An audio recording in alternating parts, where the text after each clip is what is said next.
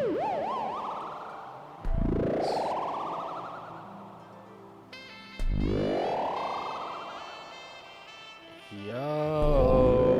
Nice sexy What's saxophone up? to bring us in. Nah. Sexy sax intro. Saxophone. 80s sax. Hello, everybody. What? Is my camera super dark or am I crazy? It's both. You're fucking It's both. I am insane. crazy dark. Hello, everybody. Welcome to Black Market Live. Oh, I have lots of dub on my voice. I am Brandon Wise Owl. My friend here is Nate Black Market. This is the show where we talk about music production, and we do music production here in our studios together with you. And we've got the lads here as well. Yeah. Sidewalk Andy, hello. You don't talk good to about see you. lads. The lads are in the chat. Lads are in the chat. I don't care what anyone says. Yeah. We get nowhere without our lads here on this show. Andy, I hope your travels were safe back to Germany. Yeah. And so, Nady Poo. Oh, Papa Jocko's here. Papa Scotland Jocko's in here. the There's been a house. robust chat going in the pre-show. There have been suggestions thrown out like let's dub the Muppets, let's dub fucking Labyrinth, let's dub That makes me think of the Alvin and the Chipmunks record. We could do that too. That would be fun. That wouldn't be annoying at all. It'd be like a No. whole 30 minutes of this. No.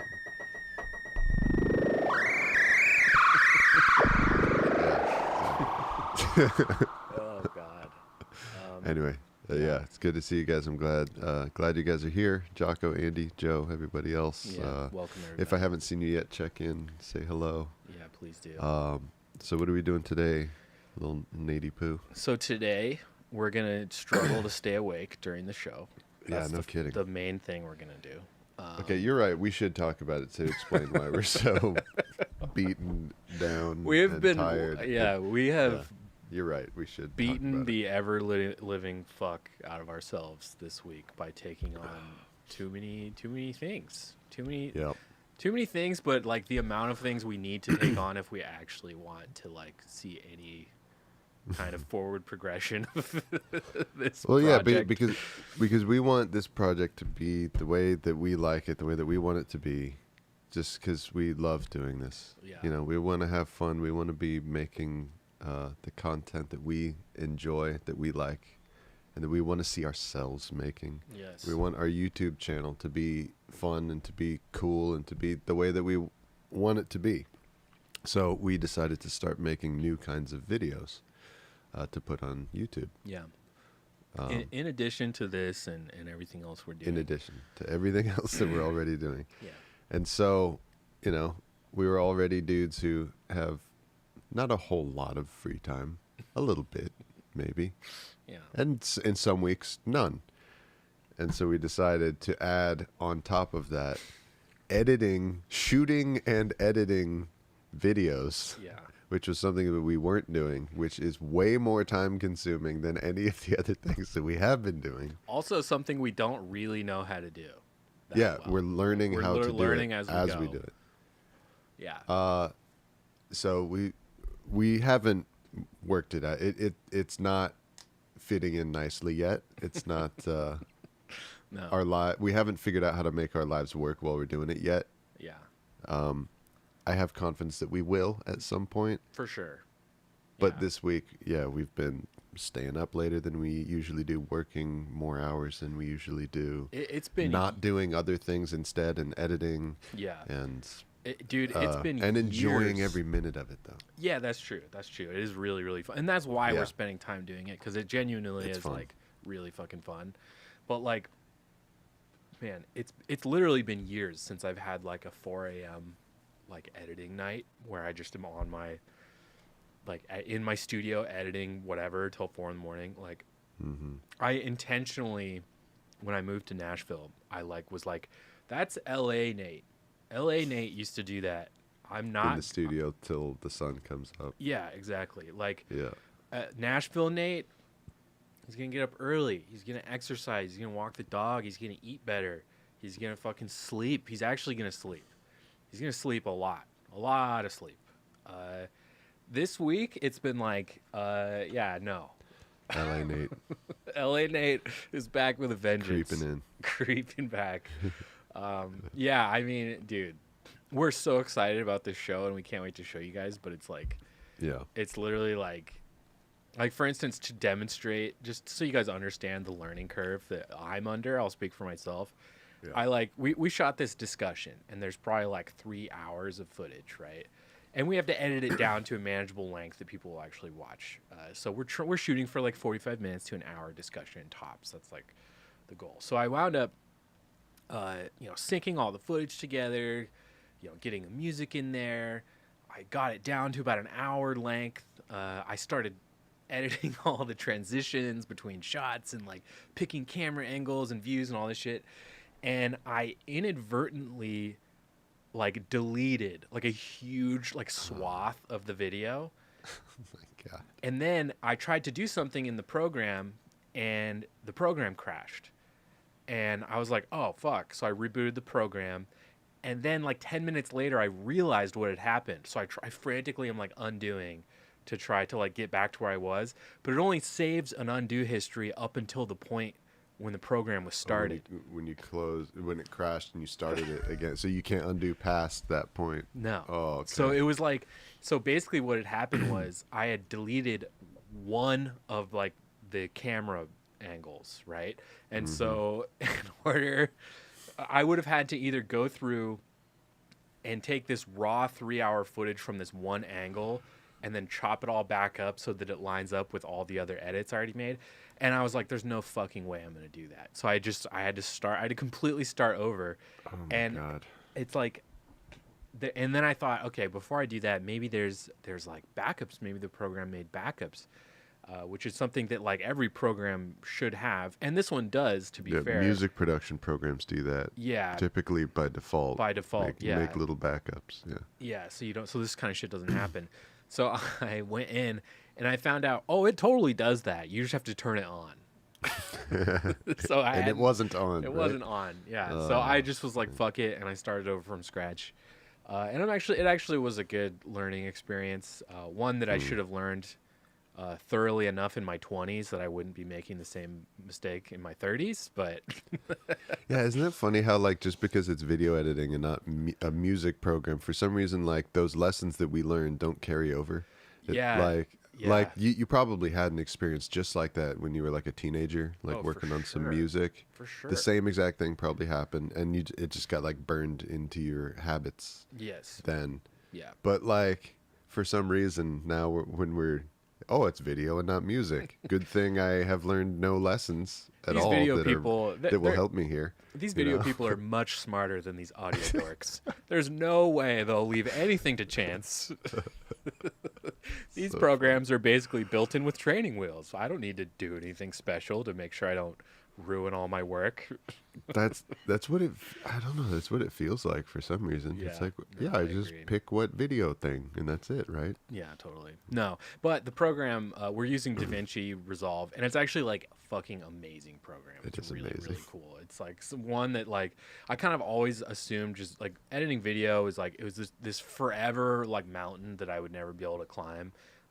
Because there's just so much I don't know about video, but using that program, I'm like, wow, I'm learning so much so quickly, and I'm able to like execute ideas I have like fairly simply, even if they're kind of rudimentary. It's like I'm able to do it, without having to like take some kind of fucking video class or something. But anyway, and there's a really great community of YouTubers who do like great tutorials, like just every last little thing of like a small thing of like, okay, how do I do this?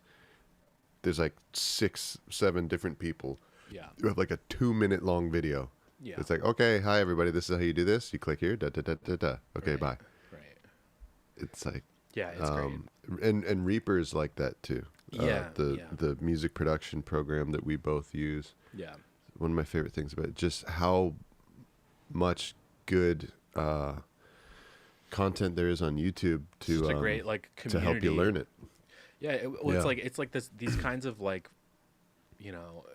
software like this, it's like, yeah, it's like the community like teaches each other and teaches itself how to like get better. And Reaper definitely is like that. It's like amazing. Reaper takes it a step further than something like DaVinci, because DaVinci has like a centralized group of people who like develop software that everyone uses, whereas Reaper, it goes a step further in that like it's like everybody that uses the software could submit stuff to be included in the software if they wanted. It's like open totally source open source like that. Yeah. Yeah, which is that's really true. fucking cool. And Reaper shout out to Reaper Mania, the greatest like tutorial guy. Yeah, I guess I guess he is a tutorial guy. Probably the best tutorial YouTube channel guy on any topic at all, of anything. Wow. And luckily, in my opinion, I've never seen a better tutorial channel than this, and thankfully, the dedicated topic is for Reaper. That's the only thing that he makes videos about. That's awesome. Yeah. Yeah. So we're sleepy, but you know what? Yeah. It's not stopping us. The train moves ever forward. Choo, motherfucker. Chew, motherfucking chew. That's all aboard. Whoa, that was weird. Sorry. All aboard. That was a little bit. There we go. Yeah. That was a bit better. Yeah, that was good. We practiced that before the show started. Yeah. Let's get this train bit down before. Let's get this choo-choo train bit down. You know. Yeah. So we're tired or whatever, but we're doing the show. As the title says, today's episode is called Talking Heads. Oh my god. Okay. And bass. The bass part. Okay. The and bass. Yeah, I'm still confused of why it's called and bass. I still don't know why. And bass was. I wanted to, because I wasn't sure I'm still not sure how well this whole Talking Heads segment is going to go. So I wanted to add a caveat to save myself in case that crashes and burns. And bass could be somewhere like or bass. Something with Brandon or something. Brandon will have a bass or something. Talking Heads. Or maybe something else instead. Yeah. Yeah, this show's it can be a little fly by the seat of our pants sometimes. So it's a safety net. It's a That's safety cool. net. Well, we talked about. That's fair.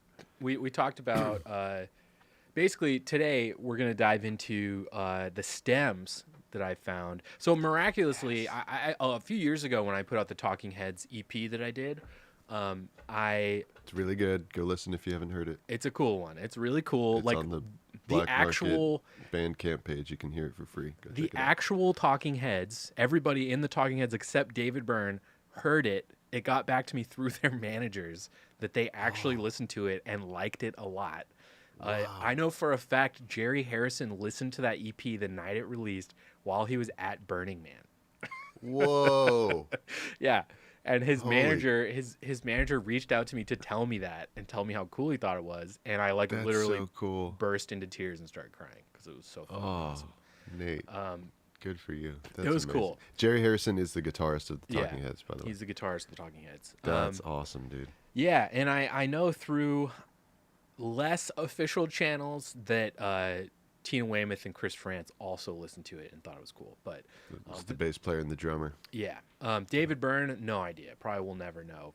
He'll probably never listen to it, but I don't know. But anyway, I was saying around the time that one came out that like there's no way I'll do more Talking Heads because there's just nothing out there. Like I can't find it. I've looked everywhere, high and low. Like in terms of nice, pristine, isolated vocal tracks. Yeah, like what I had on the last one. I'm not. Okay. I really for these artist ones, I really don't want to like do the fake AI like strip vocals away thing. Yeah. If I can help it, because it just doesn't sound as good. Yeah. And I have 30 other EPs where I don't do that, so I'm trying to maintain a level of quality. Yeah, you have set a precedent. Yeah. And it is a level of quality that is above the average, the standard, the normal, the average. Yeah. That's true. So I wasn't sure what else. I wasn't sure what we like before I even wrapped up Blue Velvet, which thank you everybody for listening to Blue Velvet this week. It's been like an insane response. Everyone's fucking let's get a little dub clap for audience. Thanks for listening, appreciation and reception. It was a great success, everybody. Great success. Yeah. So even while we were finishing that one up, I was thinking, like, you know, I'm always thinking, what the fuck are we gonna do next? Because pretty much as soon as that one's out, we gotta like hit the ground running on the next one. Yep. And I wasn't sure what to do. We've got a whole bunch of Elton John we're sitting on, so there's that. We've got some other Grateful Dead stuff we can do, but the quality is not quite as good. Even though they're actual like stems, they're kind of bad sounding. And we so recently did both of those artists. Totally. Yeah. It feels like we just did that. Yeah, exactly. I've got I'm this ever promise of doing another Clash EP is still there, although for some reason I don't feel like doing that right now. I don't know why, but we really should do the Clash because I've got great Clash stems. Like I've got all the multi-tracks for the entirety of London Calling. Like it's fucking holy shit. It's amazing. Like what I have. Yeah. Well, that's going to be huge once you do it, but you know, you can't argue with the muse, you know? Yeah, exactly. The muse wants what it wants. Exactly. Yeah. Sometimes you can't explain it. Yeah, totally. So I thought, fuck it, I'll look around. We've Papa Chaka. Clash. Yeah. Yeah, so I thought, fuck it, I'll look around and just see. Because I remember back when we did the last Talking Heads one, I saw Take Me to the River stems.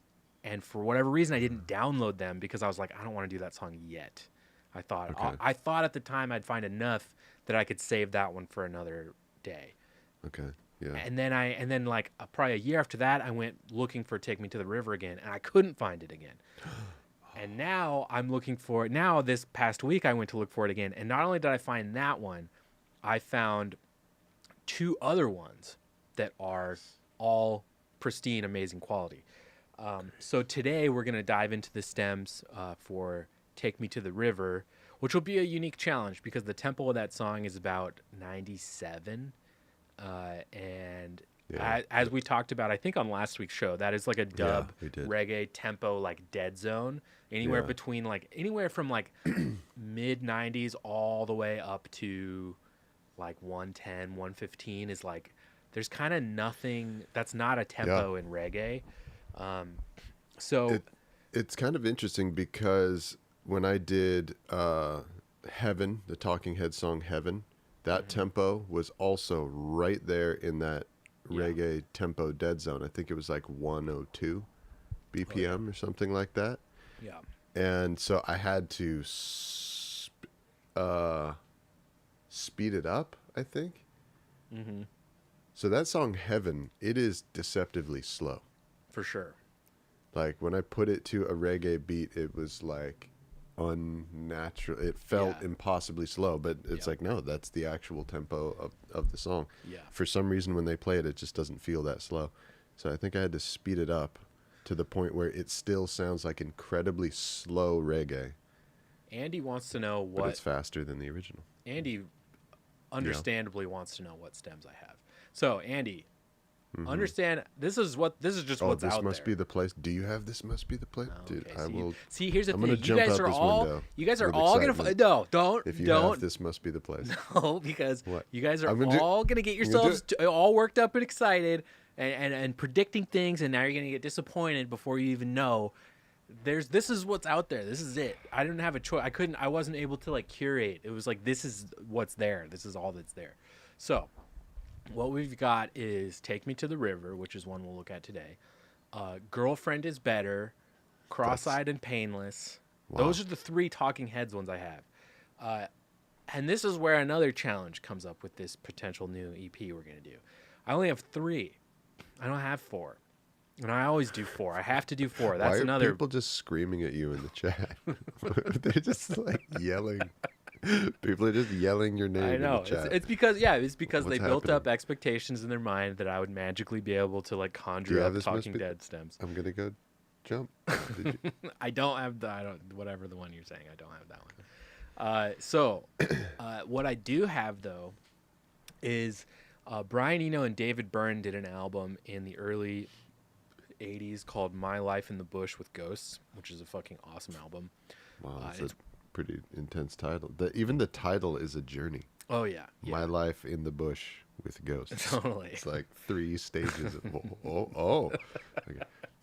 My Life, you're talking about David Byrne, which that's okay, already life, weird. right, yeah. In the Bush, which is like, so you're on like a safari. Bush. Okay. With ghosts. Oh. Wow. So you had a particularly pale group of people with you, I guess, on your safari. Those are the other white tourists that were in the Jeep with me. Yeah. So the cool thing about that record is like the missing link between what the Talking Heads did between Fear of Music and oh God, what's the one right after that one with the what the hell is it called? Forgetting what it's called. What is it called? Right after Fear of Music. Everyone screamed that in the chat. The name of that Talking Heads album, we can't remember. It is called. I this gotta look it up. I gotta look it up. This is driving me crazy. I'm too tired for this. My brain is not working. Remain in Light. That's what it is. Remain in Light. Yeah, of course. Okay, so there's not taking heads, talking heads. Remain it. Thank you. Taking heads. Thank you, Geet Mala in Reddit for reminding me what the fuck the title of one of my favorite albums is. Thank you, Geet Mala. I appreciate that, Geet Mala. God bless the Reddit chat. Okay. Yeah. So there's this there's a mysterious album that appears in the David Byrne and Brian Eno continuum between Fear of Music and Remain in Light. And it is like the bridge between those two records that kind of shows the leap that was made. Because there was this big leap. It's a big Remain in Light is like, whoa, where did that come from? Totally. And My Life in the Bush of Ghosts is like, it's the initial kind of experimentations that wound up leading to the techniques they developed on Remain in Light. So is that where he starts getting involved with like African music styles? Big time. Big time. Yeah, it's tons of loops, like Fela Kuti style kind of Africana music like that. Because from that point on in Talking Heads and then throughout his solo stuff, obviously it's all like world music. But after that. right, it's like most of the rhythms are African. Big time. Yeah. So this is kind of where a lot of that stuff started. Although I think you kind of hear it a little bit, the influence of it in Fear of Music as well, but it's like really majorly present in Remain in Light. And I think My Life in the Bush of Ghosts is kind of the start of that kind of journey they went on together to develop that new kind of direction for Talking Heads.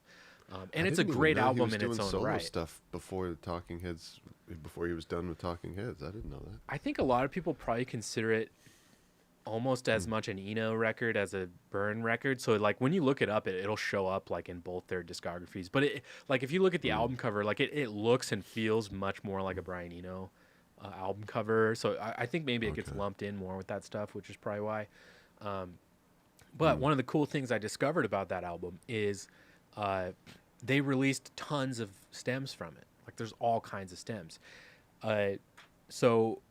And they're free, and they're like Creative Commons or whatever, which is awesome. Cool. Okay.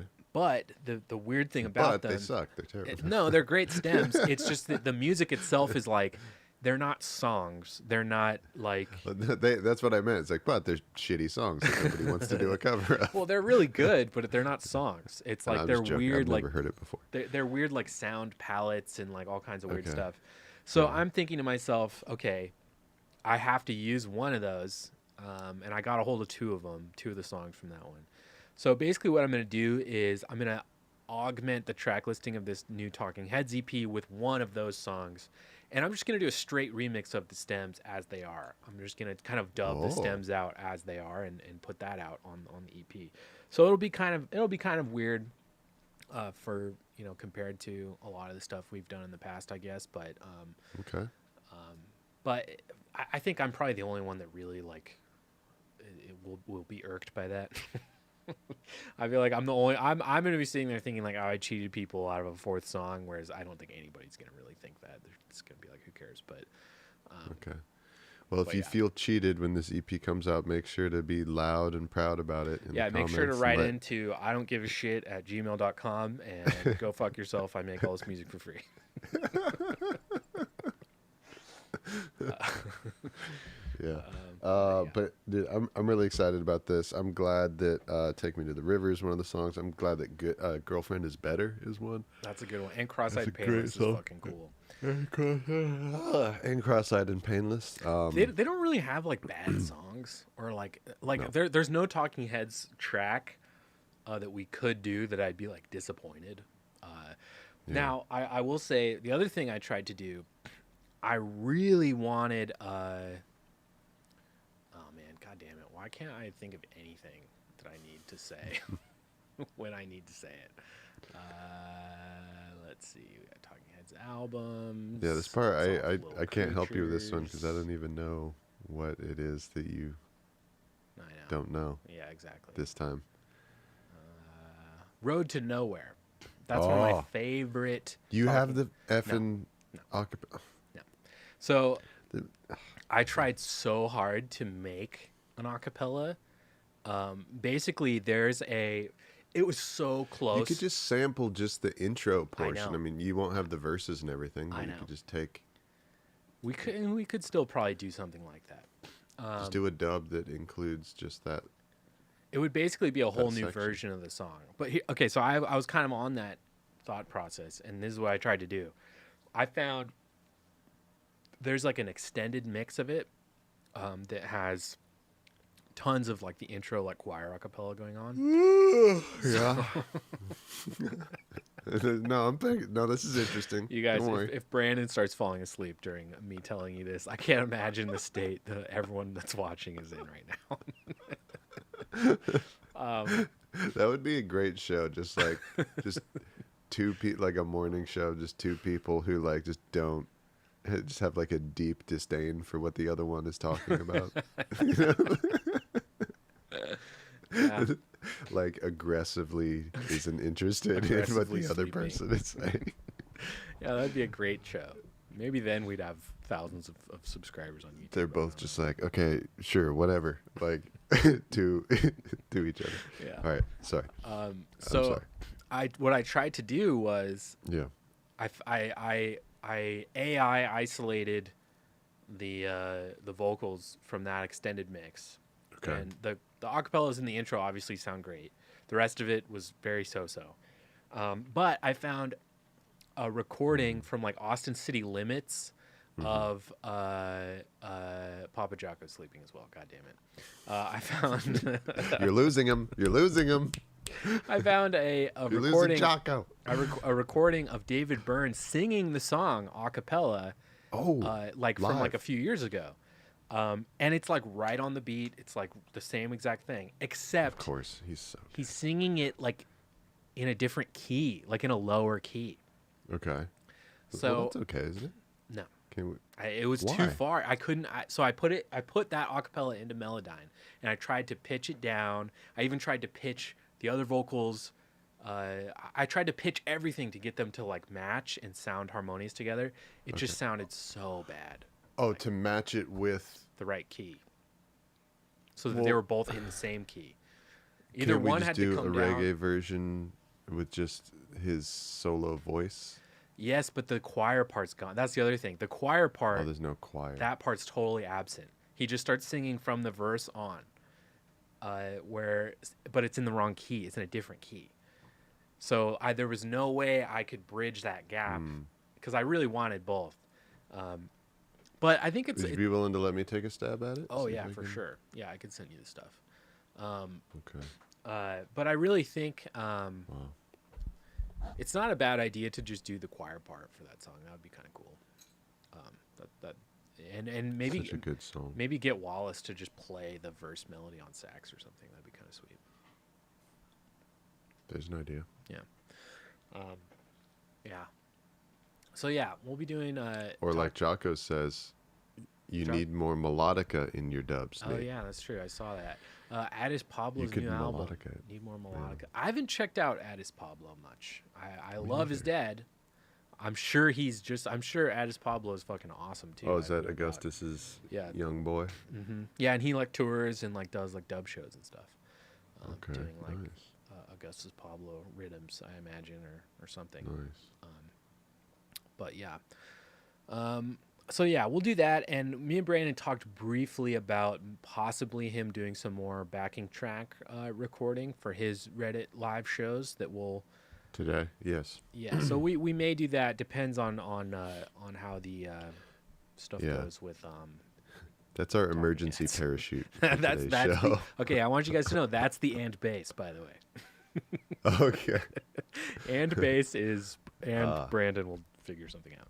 Now I get it. Okay. Yeah. See that's how you think of me. It's just one big bass. That's all I am to you. Exactly. You look at me and it's just like a bass. I'm like, hi Nate. It's an anthropomorphic bass guitar. Yeah. I'm not a human being to you, Nate. I'm just one big bass guitar. Yeah. I'm just a big bass guitar.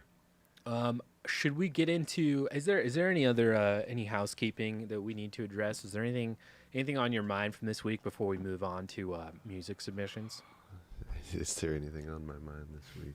Oh man, like I can't pick one. It's all turned into one big wall. Exactly. No, I think we pretty much talked about it. You know, like we were editing videos and we're excited. This discussion about Talking Heads is very exciting to me because this is new to me. You know, like this is me hearing about what EP we're doing next, which artist we're doing next, also, live. So I just want to and address, I'm really excited. I love Talking Heads so much. Same. I want to address Joe in the chat. He sent us some dub stems that he wants us to check out. That I'd love to check out and play on the show and maybe even do a dub of or something. But he sent them to me. I think he said he sent them to me on Instagram, and my phone is indisposed at the moment. I can't get on my phone to check that out. But Joe, we'll probably check those out and play them maybe next week or something like that. I'll talk to you about it further after the show once we're done with the show. And Joe, your bubble is like Wyas, huh? Like Wyalindo. Does that mean you bubble on the organ just like Wyalindo? That's dope. Wow, this is bold. I love the confidence. I love the like. Yeah, dude. Yeah, I bubble just like the greatest bubbler of all time. Yeah, I love it. Yeah, I'm excited to hear it. Anybody that is, if you make reggae, send me stuff to dub out. There you go. I will dub it. I want to, and I'll do. film it and put it on. I give Nate everything I make to dub. Oh, nice. Oh, hey, Sidewalk Andy with the $5 tip. Thank you, bro. Appreciate thanks, that. Hey, let's play the Andrew. tip sound effect. Tip. Tip alert. Tipperoo. Word. Little tippy. Thank you, Andy. Tipperoo. Thank you, Andy, for.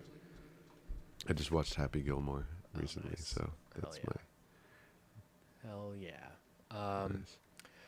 Well, we're trying to keep the show a little more brief as well. These shows have lately more good and more good, yeah, which I think brevity will aid in. So I don't think we're going to be doing like 4-hour shows anymore because they just start to really drag. So we're going to get right into music submissions now, and I think we're going to kind of top the shows out at about 3 hours. That seems to be kind of the tolerance for most people, and for us, really. You know, if I'm being honest.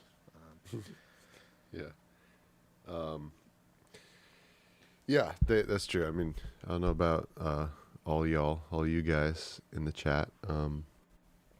If past 3 hours starts to, if the energy starts to dip for you guys as well, but certainly does for us. And I think it's better to leave a bit more on the plate, leave a bit more on the table to be excited about next week than to just go forever, just empty every.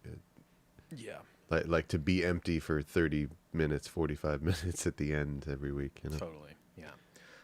All right, so let's go over and start doing, Sidewalk Andy says knock knock.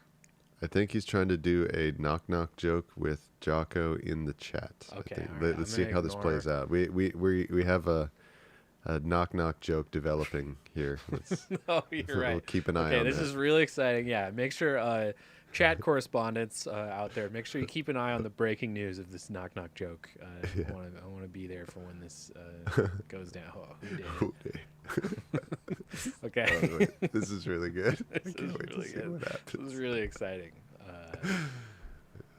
Okay. Holy shit. Oh my god. Jocko, you know your part next. Oh my god, I hate this guy so much. Oh my god. Okay.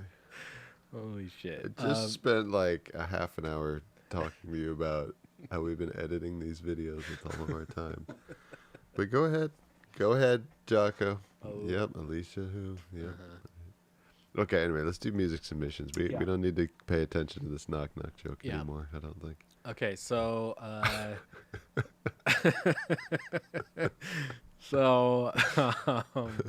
our first submission comes from Rick Tangherlini. I really hope I didn't butcher your name, Rick. Sorry if I did.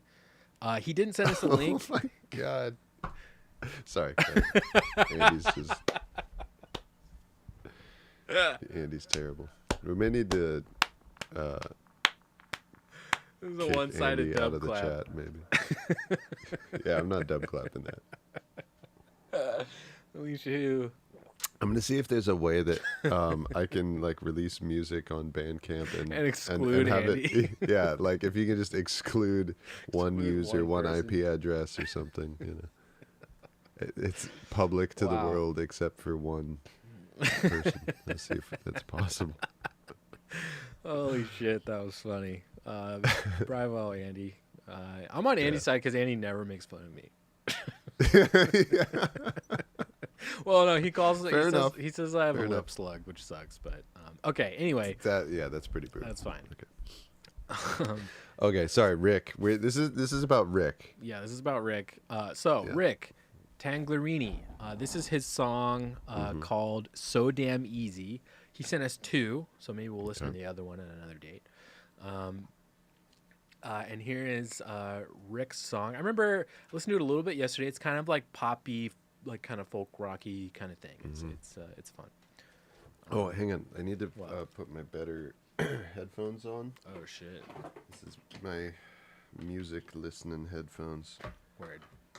Just one moment, please.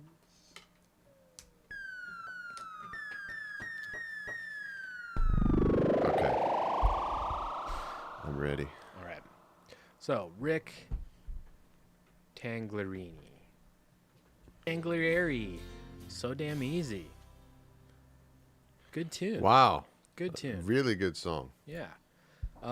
Beautiful. Yeah, I'll go first. I can see you're writing some notes down. Yeah, I'm just writing some notes. So yeah, what I will say, positives I'll lead with. Playing is really good. The song is really good. It's very catchy, very poppy. Definitely like easy to sing along to. It reminded me, and I don't want to make this comparison as if I'm trying to say it's derivative or anything, but it reminds me of the song Easy Like Sunday Morning. I don't know if you guys are familiar with that, but I hate to compare it to that because they both have easy in the title, and I'm not trying to imply anything there. But it reminds me of that song, probably just because the word easy just kind of reminded me of that tune. It has the same kind of it has the same pulse. Yeah, and it has a really similar kind of wistful quality to it, and I really like that kind of stuff. Those songs are kind of few and far between. It seems like sometimes. So I really really enjoyed that. His voice is really good. The harmonies were good. I really like there's really like subtle pads happening underneath. There's like a bed of pads going on that are really nice and supportive of the song. And because really when you listen to it, it's mostly just bass guitar, drums, vocal. But the song sounds a lot fuller than that because of these pads kind of swallow you up. They fill in all the nooks and crannies really nicely. So overall, really, really great job. I really, really enjoyed this song, Rick, genuinely.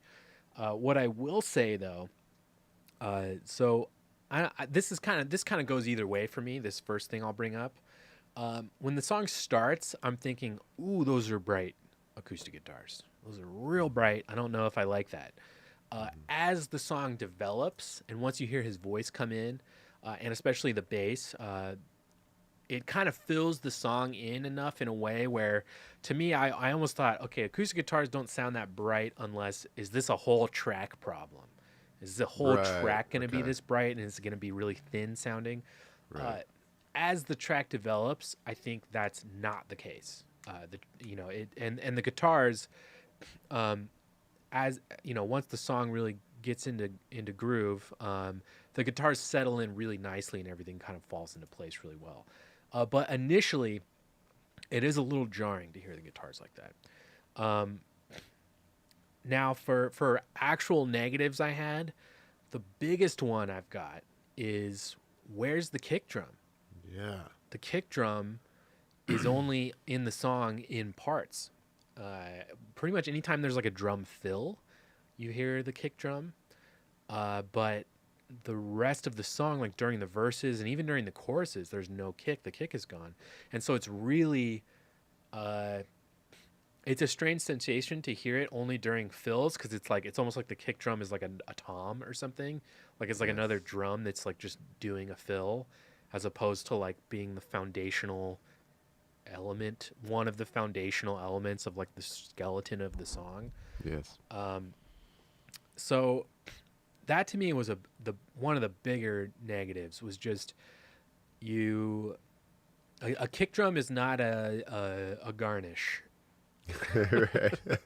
A kick drum is like that's your garlic. That's your that's your that's the meat. That's the meat. Well, yes. no, that's not true. No, I mean, I guess like the chords and the melody, sure, the meat maybe. Sure, but right, yeah, it's kick drum is a foundational element of the song. You need the kick. The bass sounds really good. The low end is actually good, and when you hear the kick drum actually sounds really good. But the fact that it only appears like selectively is it's a strange choice, and it's one that kind of is a major detractor for the tune overall. It sounds like a mistake. It sounds like something in the process of rendering the mix of the song, it accidentally got left out. Right. Like almost like if he's got like a channel for drum beat and another channel for drum fills or something. Yeah. Like that's the only way I can imagine something like that happening. Or I don't even know. Even that. I mean, I'm not saying that is what happened, but that's what it sounds like. It sounds like, oh my gosh, something went wrong during the mix down. Totally. During the outputting of my song, the kick drum didn't get put into the song. Yeah. What happened? Like that's what it sounds. It doesn't sound like an intentional choice, even if it is. Yeah. That's not how it comes across.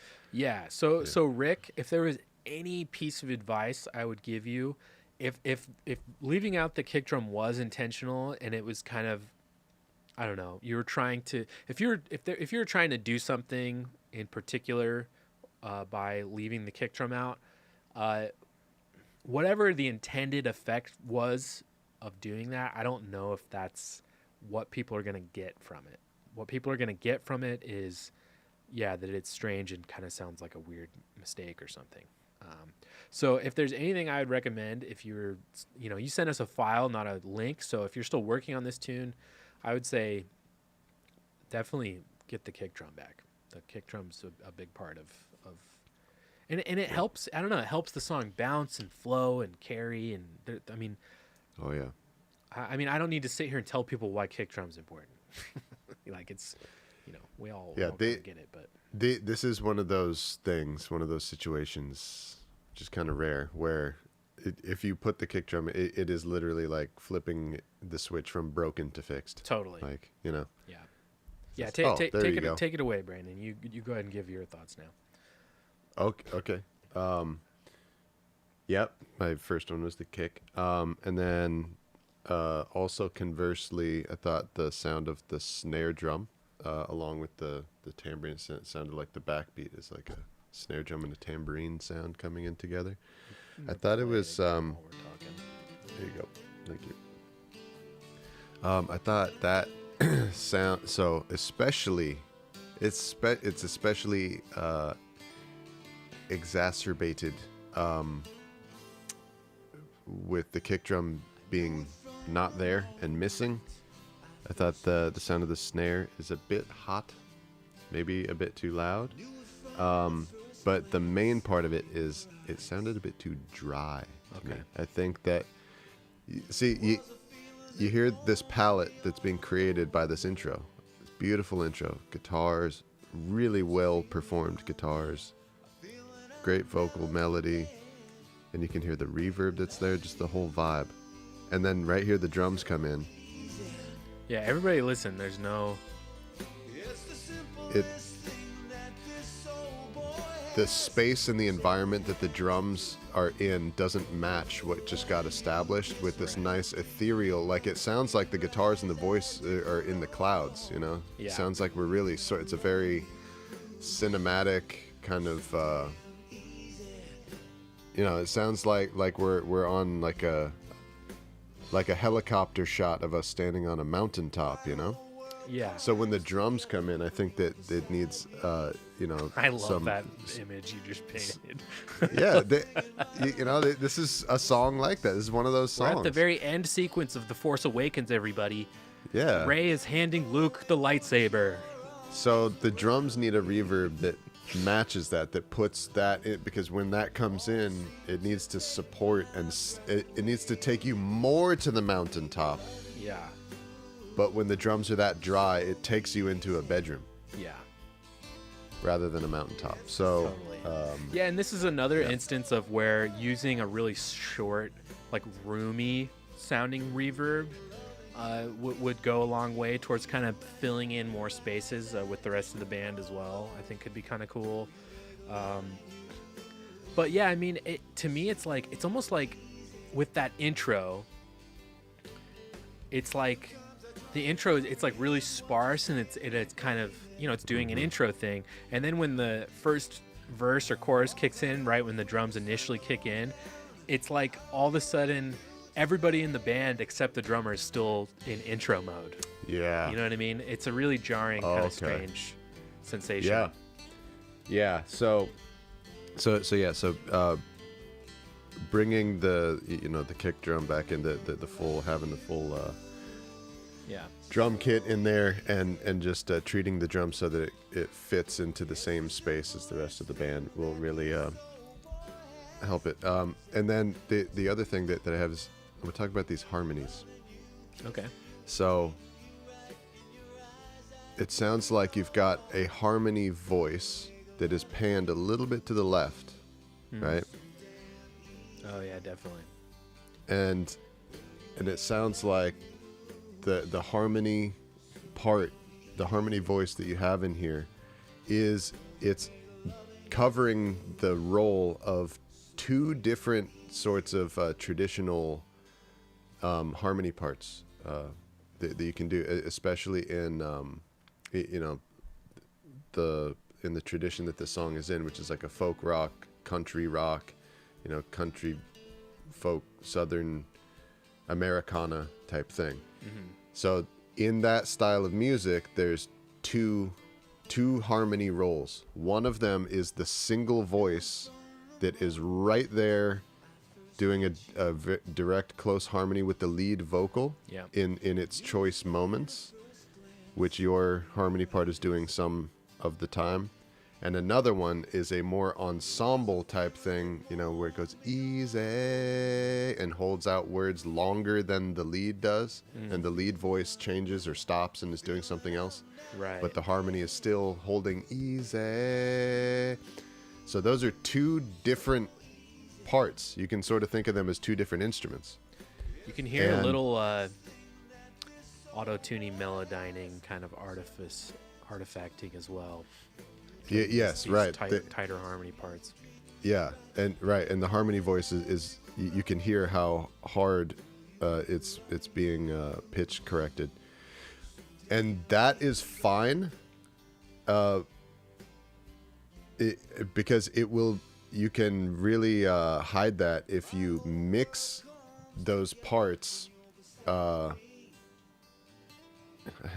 trying not to use the word correctly, but but like the way that those two parts, the one that doubles the lead or sticks close to the lead, and the other one which is an ensemble, if you mix them in like the traditional way of mixing them, and the first step of doing it is recording them separately. So rather than having one voice cover both of those parts, you record one that covers one part, and then you record other voices that are the ensemble. So you mix the first one, which is the close harmony that sticks with the lead vocal. You don't pan it to the side. It stays in the center, and in terms of mixing, like where you place it spatially is right behind, like as if just on the shoulders, like he's riding piggyback on the back of the lead vocal. Yeah, pan it's it mixed center. right there, so that when those harmony parts come in, it almost sounds like one voice, the same voice. And the extent to which it is pitch corrected will be hidden really well when you do it like that, and it does its job much cleaner. It supports the lead vocal in the way that I think that you're intending. Then you record separate parts that does that part, the loving you. So you have an ensemble of voices that are panned out to the side that do loving you. Yep. And then your other separate one, which is the close harmony, does the part which is so easy. Yep. That follows the lead, right? Yeah. So I hope what I'm trying to say is clear to you, Rick. My brain is kind of weird right now, but no, I think Rick, this Rick, is. if this is not clear, please send us an email so I can make you. I can make myself more clear, because I do want you to actually be able to use what we're pointing out if you do want to use it, rather than it being like, wait, what? Yeah, So. and that's the goal of this segment ultimately, as well. I think it's easier to tear apart something like that, and I don't mean tear apart in the sense of like trash it. I just mean it's easier to dissect something like your song, Rick, when it's when there's a lot there that's done really well. It's easier to Right. It's easier because the things that need improvement, they stand out. When everything else around it is done so nicely and so well, the few things that need improvement, they're really easy to hear. And I think with Brandon just gave you a really excellent breakdown of backing vocal kind of theory. And I think between that and the kick drum, if you were to improve those two areas, this song would be like ready to roll. I mean, it's super poppy, it's super catchy, it's a really good tune overall. It is, and you're spot on what you say, Nate, about how these critiques become more clear the better the song is. Totally. Because this is a really, really good song, and everything else that we didn't point out and didn't go after is recorded and performed really well. And it's kind of like that thing where like a race car, like a Formula One car, it's like super high quality. Like even one grain of sand will take down the entire thing. Yep. Like the higher quality you get, the more the more extreme are the consequences of something like a kick drum being out of place. Yep. Or like the reverb is just not quite right, Yep. Whereas a song of lower quality, it just doesn't matter as much. It doesn't hurt the song as much. Yep. Totally. Yeah. So great job, Rick. Let's give Rick a dub clap. That was a clap. Great submission, Rick. Yeah, good job.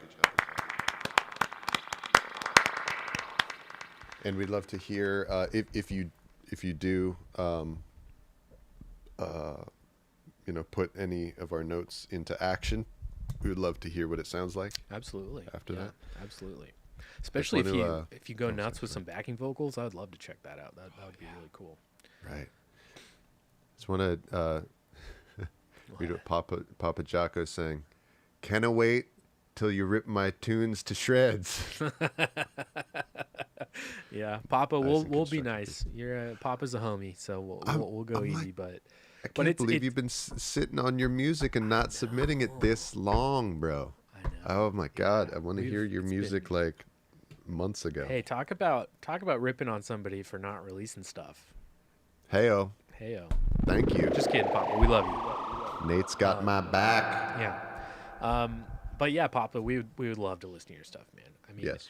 Here's what I would say. I want to say we'd go easy on you, but going easy on somebody when it comes to this kind of thing, you're not doing them any favors, by holding back actual, honest, creative criticism, constructive criticism, I should say.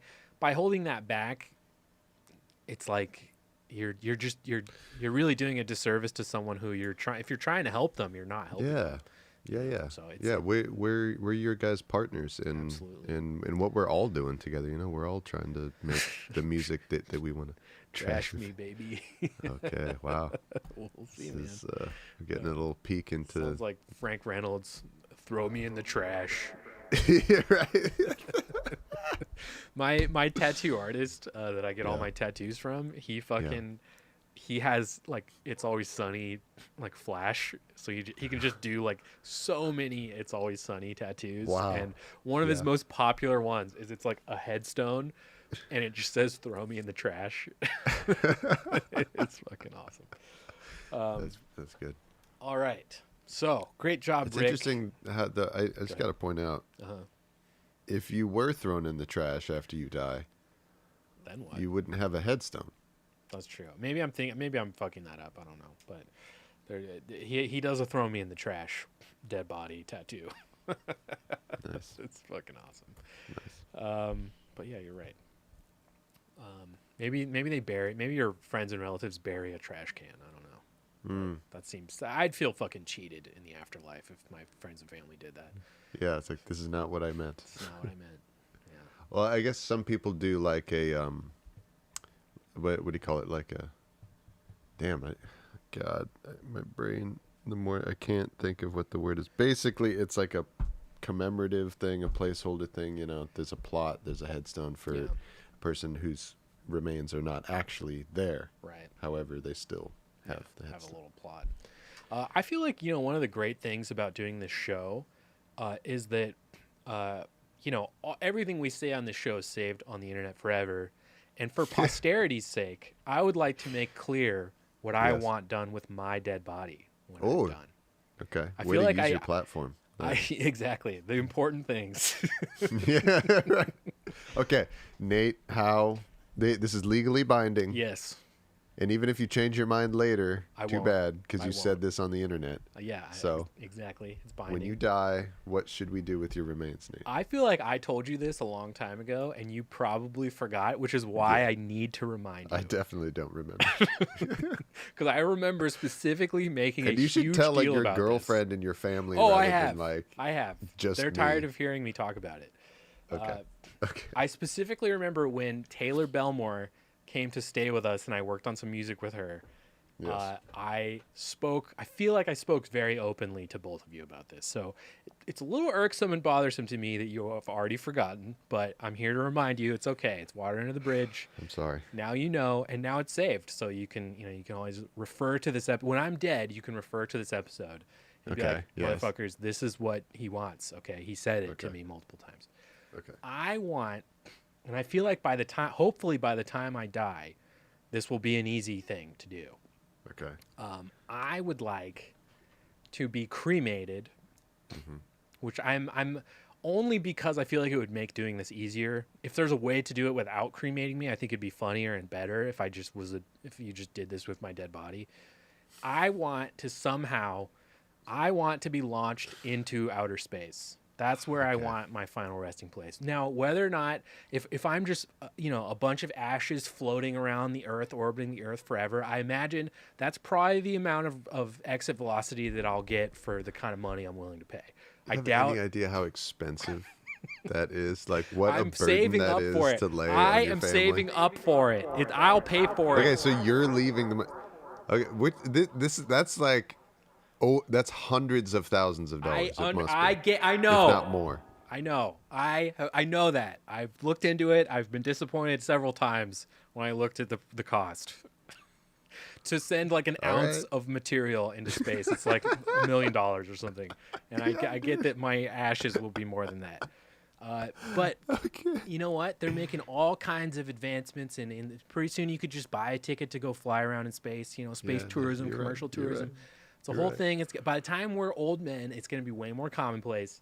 If you need to smuggle me on, whatever the fuck you need to do, I don't know. Figure it out. It's going to be your guys' problem. I take the tourist trip to space, You gotta and open I the window. smuggle a baggie of you in there. Yes. And what? I'm just going to fucking just open the window Flush real me down quick the and toilet. just empty the baggie out of the window into window space. Whatever you real gotta quick do while no one's looking. Yes. And then close the window before someone turns around and notices that the window to space has been opened. Is that what I'm going to do? Yes, you will, because you're my friend. Okay. I don't know. You're right. Look, you got me there. A friend would do that. Maybe A friend would do that. Absolutely. Maybe by that point, you know, maybe when you take shits in space, they flush the toilet and it just goes right out into space. Why not? I don't know. You know, it's just gonna burn up in the atmosphere anyway.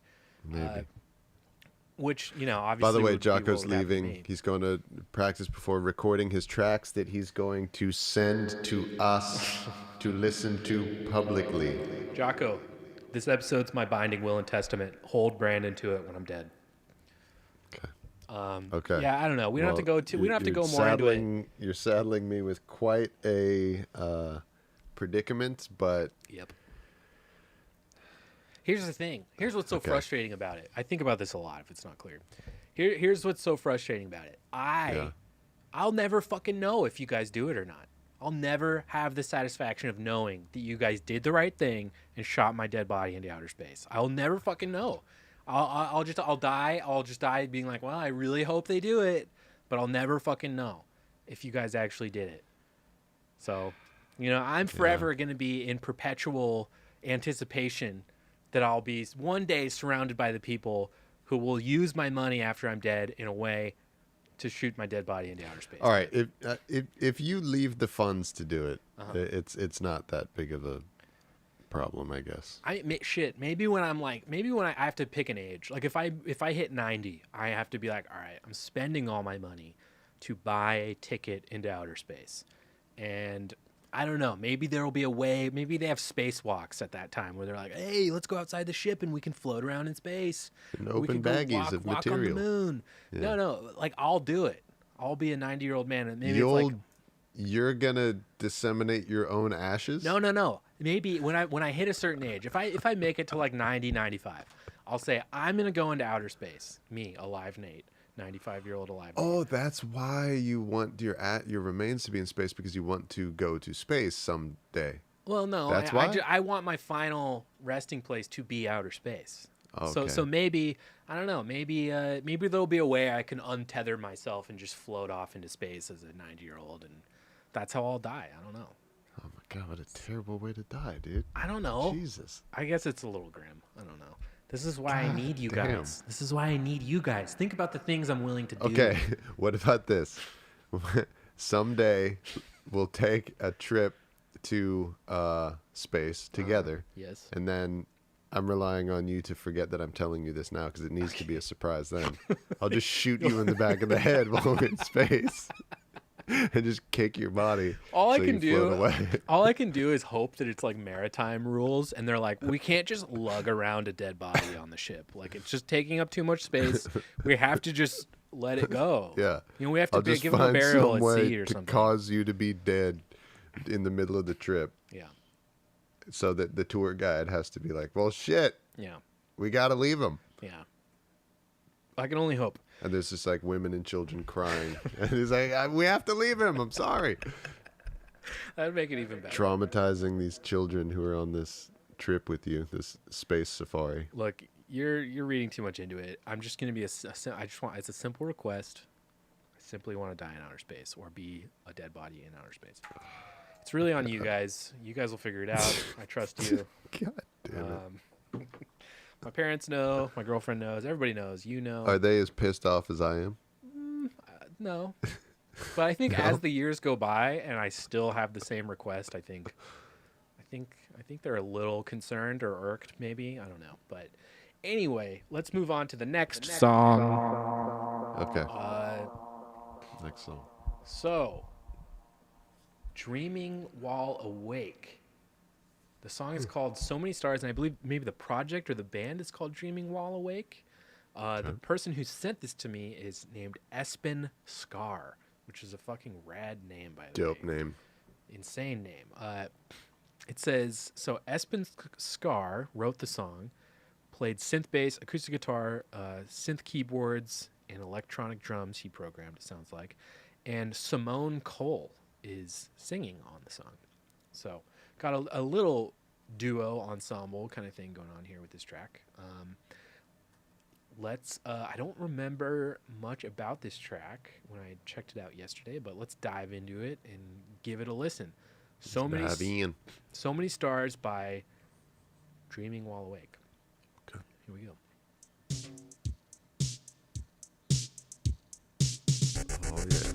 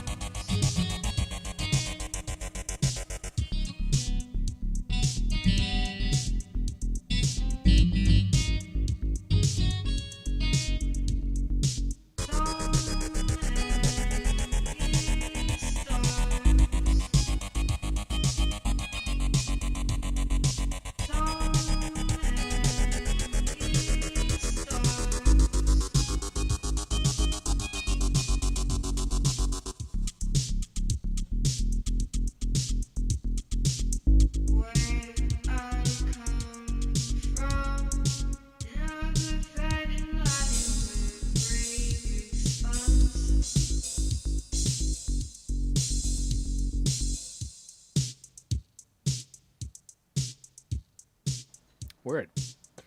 Nice. Start it over. Dance anthem keep there. it going. I gotta remind myself just keep these going while we talk about it. Yeah, that's true. Do you have your thoughts, Clint? Do you want to go first this time, or you want me to go? Sure. I can go first. Yeah, this is dope, man. I'm bobbing my head the whole time. Yeah, that's a good sign. Right, exactly. I'm like, I was too. I'm vibing. I'm feeling like I moved to this song, like exactly in the same way that you like move to like a Daft Punk song or something. Sure. You know, it's like got strong Daft Punk vibes going on here. Yeah, which is never a bad group to sound like. No. So yeah, it's awesome. It sounds like it's electronic drums. It sounds like you're playing them, which is dope. You know, it sounds like it's the output from an electronic drum kit. If that's the case, it is performed very well, very steady. Let's see. So I think the main aspect of your arrangement, the main aspect or instrument in the song to address, to improve the quality of it, would be the acoustic guitar. Yeah. Two things. Oh yeah. Okay. And there's two things that you can do to it. One thing, I would recommend putting a high pass filter on the guitar. So if you listen, you can kind of hear, it sounds like you're playing the guitar with your fingers, you know, plucking some strings and kind of like giving it a little slap on the body of the guitar there a bit. Yeah. You know, at some point where your hand like bumps and it probably intentionally because it's groovy and it's in the beat, like, you know, doing like a percussive thing against the body of the guitar. And it sounds really cool. But if you listen, you can hear these real big, like, low frequency, like rumble things that kind of interfere down in the land of the bass and the kick drum and stuff. I would imagine that you'll probably like the way that it sounds better if with that low rumbly part of the guitar removed. Yeah. So you can put on there a high pass filter. That's something that I don't know what program it is that you're using to sequence this song and mix this song, but almost every program will have either a built-in plugin in there that is called a high pass filter, or it will probably be a feature that is in the EQ plugin that is in your software. If you need any other help or explanation, there's plenty of stuff on YouTube. If you Google or look up high pass filter, there'll be plenty of people showing you how you can do that and find the right spot, the sweet spot, to remove what it is that you want to take out of the guitar and leave all the rest. And then the other thing with the guitar is, I think if you can isolate or identify what key the song is in, and find all the notes on the keyboard and the notes on the guitar that are in that key and the ones that are out of it. I think there's a couple notes that you're plucking on the guitar that are outside of the key, and if you scooch just where your finger is at or what note the guitar is playing and just scooch them to to some fun nearer notes that are in the key that your synthesizers are playing and the key that the vocal is singing in, because everybody else is all in the same key except for the guitar. Yeah. And there's a couple notes that are in there that are outside of the key, and I think the whole thing is going to sound way smoother and much more pleasing and groovy to the listener if those guitar notes are scooched to be in the key. Yeah.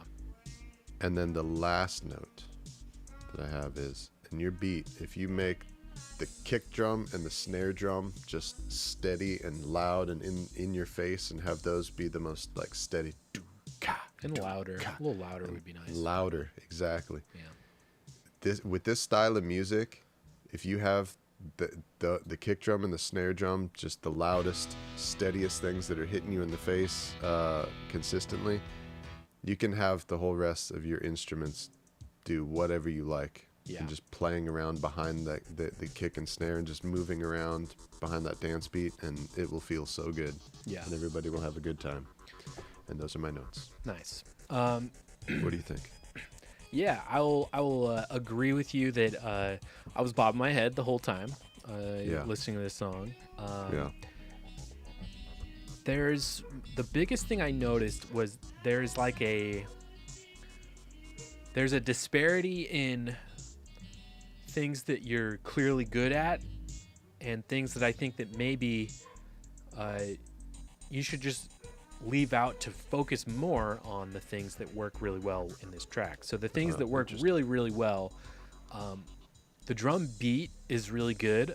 I think one way you can improve it is to maybe use higher quality samples of drums. Yeah. Oh, that's a good. That's because a good note. this really does kind of sound like a keyboard drum set. It very well may be. Maybe that's all you have access to. But if you have a keyboard, I imagine you'd probably be able to use it as a MIDI keyboard as well. Most keyboards can do that. That's a good note. It does sound a bit Casio-ish, especially those cymbal sounds. Yeah, which can be really cool and is kind of a thing. And if that's what you're going for, then my note would be just make it louder. Just turn up the drums. The drums need to be a lot louder. Now, the other thing I think you do really, really well, probably the best part about the whole track, is this crazy synthesizer that's kind of tremoloing like throughout. It's kind of in the right channel. It's kind of swimming around. That is a really, really strong element in the track, and clearly something you're really adept at programming or performing. If this was me, I would build on that instrument. If you're going to add stuff from that area. Add more synths to play with each other or to interact with each other. Add a different sounding synth, but do it as a synth part. Rather than one, you mean? Rather than right one. Now there's one. Yeah. And I would say I would do that instead of the guitar. The guitar is cool. There's potential for it, but it's clear that you're more adept as a synth player than an acoustic guitar player, and that's okay. You can't be good at everything. Nobody is. Yeah.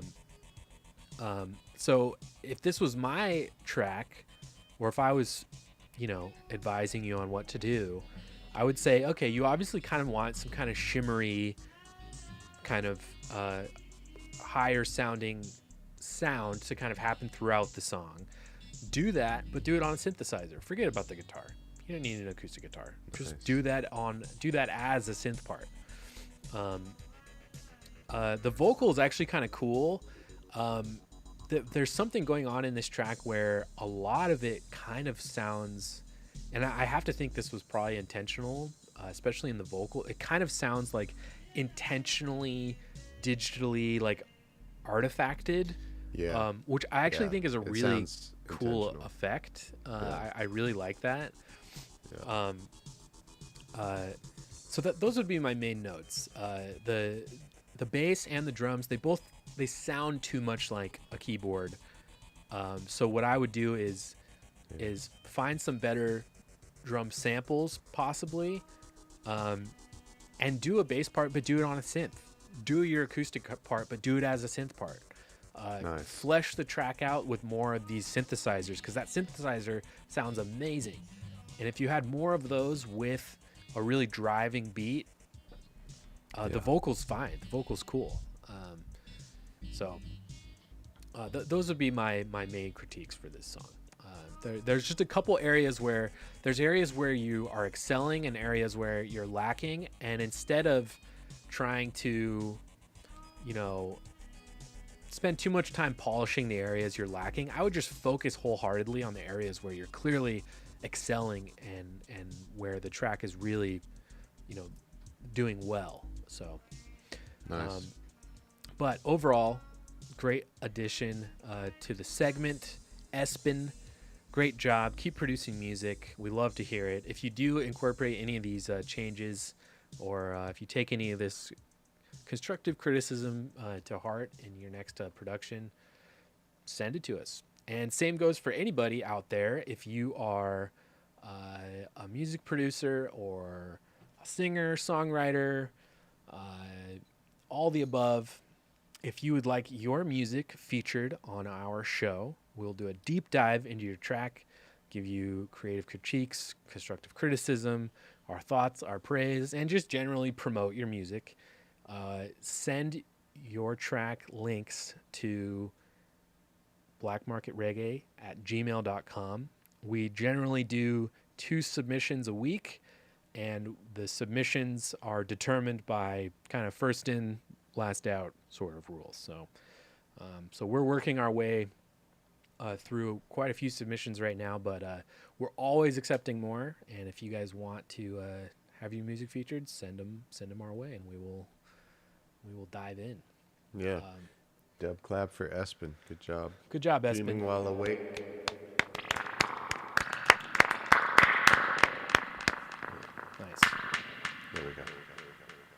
Nice. Well, should probably keep the show moving right along. It probably should.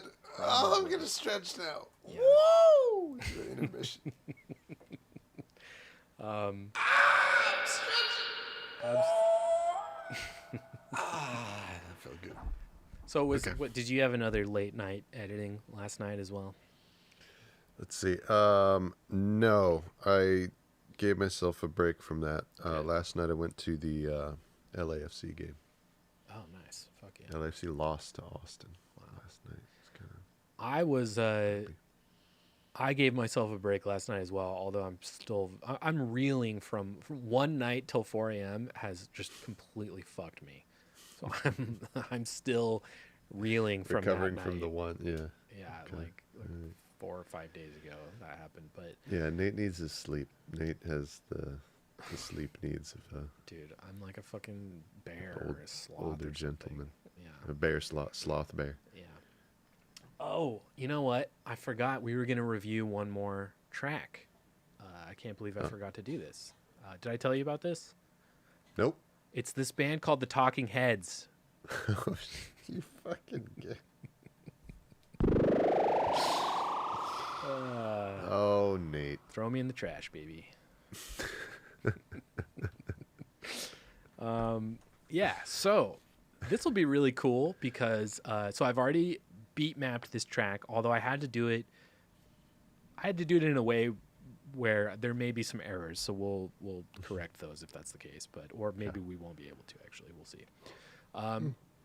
So this is Take Me to the River, the Talking Heads version that they covered. Who did that originally? Was it like Al Green, or did Al Green do a cover as well? That's a good question. I'll Google it. It seems to me like it's one of those songs that like everybody's done.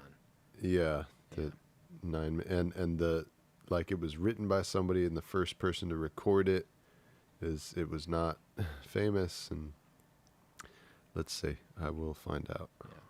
So I thought it'd be cool. I don't get this opportunity very often, and I'm sure you guys watching don't have this opportunity often, or wouldn't even think to hunt this kind of stuff down. But this is the kind of stuff I love to go out and find. This is the complete. These are all of this existing stems of this song, "Take Me to the River." So I thought the answer. What's the answer? It was Al Green, and Al Green wrote it. Whoa, God! So there you go. Boss. What a fucking boss! Damn. Yep. His version's fucking. Do not sleep on Al Green's version either. By the way, if you guys haven't somehow haven't heard that. Sidewalk Andy says, "Smash the like and subscribe." Nearly at 900 subscribers on YouTube. Yes, please do that, everybody. Smack it, smash it, smash it. Also, we've got a little tip thing. If you're looking on this view, it's up in the upper right-hand corner. Mm-hmm. It's a QR code. Scan that with your phone and send us a tip if you want. Or there's also links in the description of the video.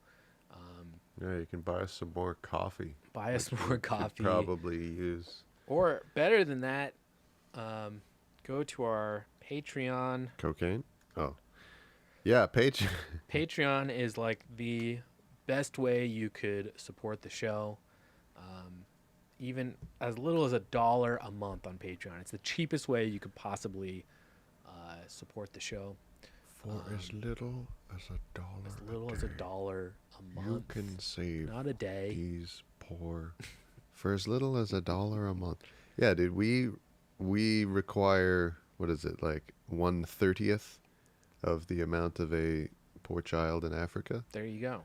See, how much more justification do you need? And we share that 1/30th, so each one of us is 1/60th of one African child. Yeah, exactly. All right, so which is about right. That makes sense, I guess. So, Take Me to the River. I figure we could just dive into the stems and check out each individual part and determine what do we want to keep for our remix and what are we just not going to use. So I guess stem it up. let's just listen to the song as it is. Be careful not to get the stream taken down. It's not gonna get taken down, but it's just gonna get a copyright flag, which is fine. All right. I hope we don't have a Star Trek situation. No, we won't. So here's just the drums. Nice.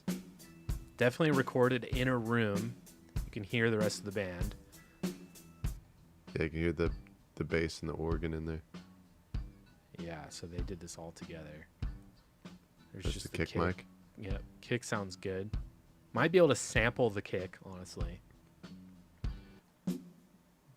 Can you boost that a little bit? We can hear it a bit hotter. Oh yeah, for sure.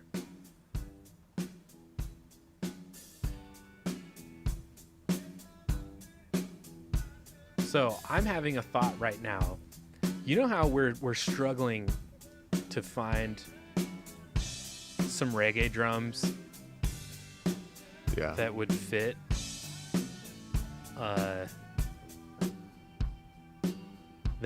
at this tempo. Yeah. We could probably just use these.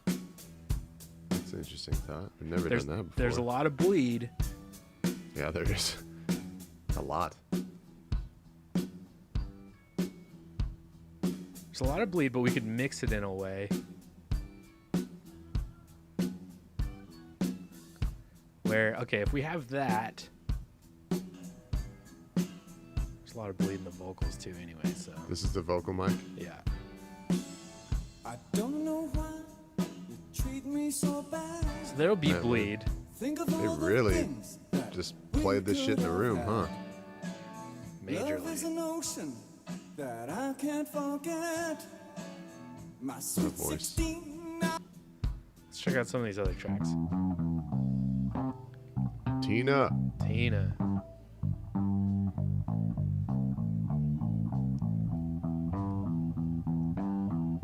Fucking so Wow. sick.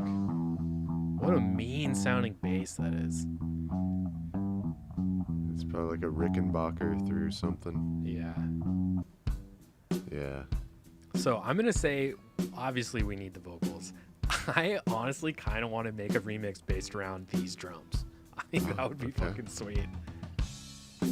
Because they're not doing anything that isn't like just outside of a rocker's beat. You know what I mean? Just trying to imagine how the skank would go.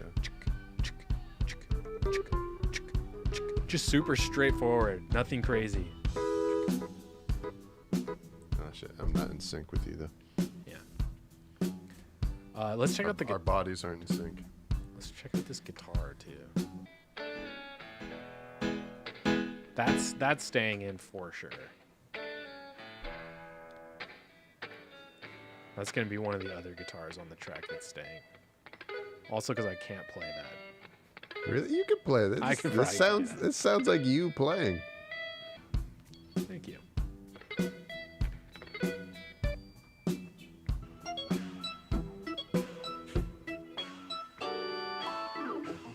Wow. Who played organ on this? I don't know. Let me see if I can find out. I bet it could be Jerry Harrison, honestly, because he would play organ with them quite a bit. Let's see. It's from the album More Songs About Buildings and Food. Hell yeah. Okay, that's a little perk in there. So I feel like there's two options we have.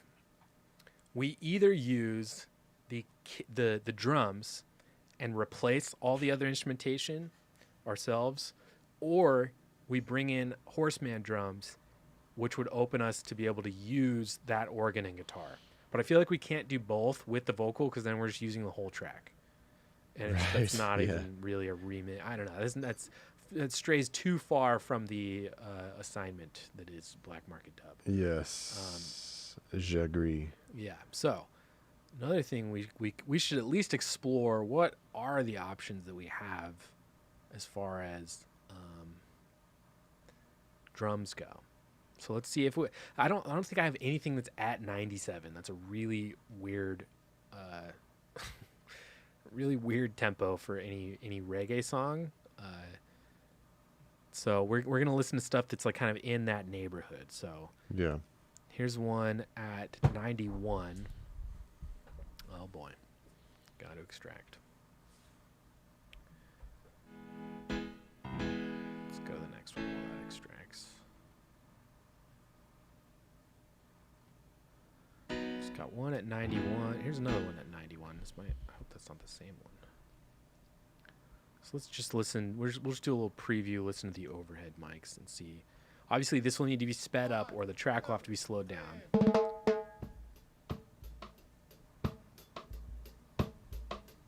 This is pretty good. This I would can already work. feel it in there.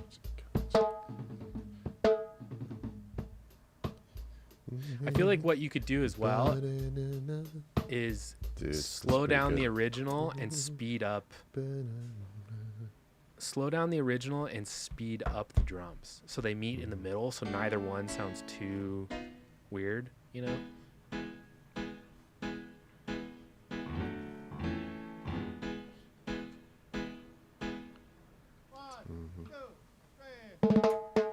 That's somebody else playing drums.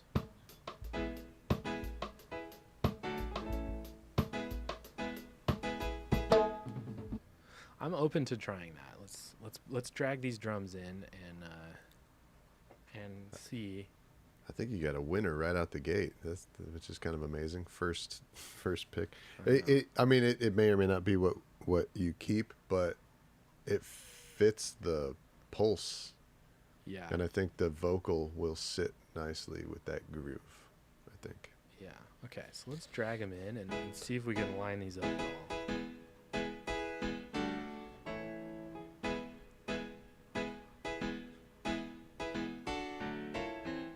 Oops.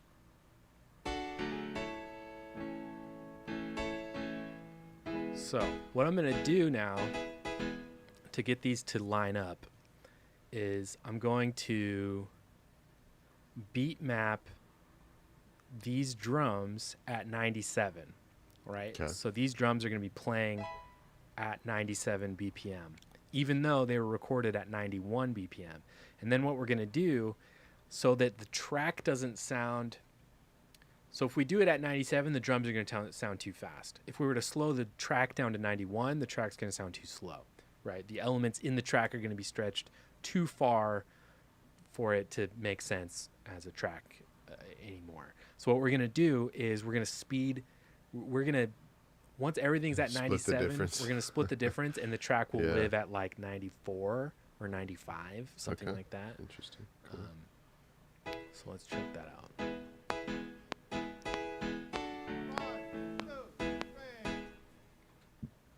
So this will be a little boring potentially, but Welcome to the studio. welcome to record. Yeah, exactly. Thank you.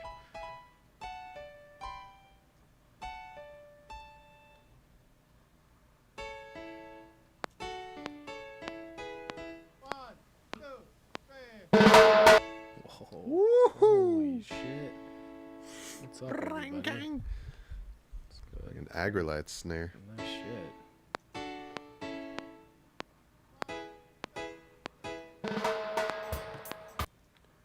Oh, it's the reverb. Yeah. Sounds really good though. Does sound cool. I'm gonna mute it just so I can really hear what this sounds like.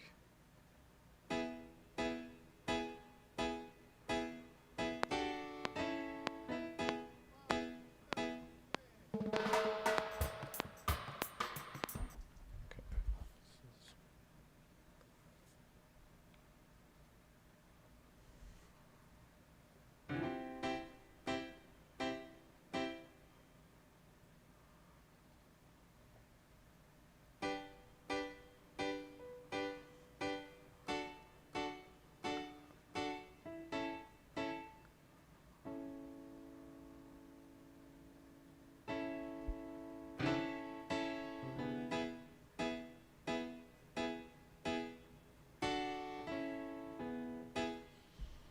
Nice.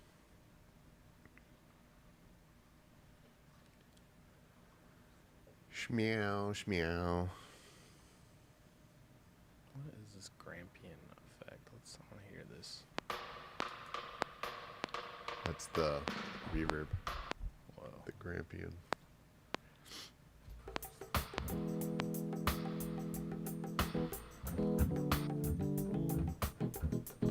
Well, I don't really want either one of those. There's 2 reverbs? Yeah, I know.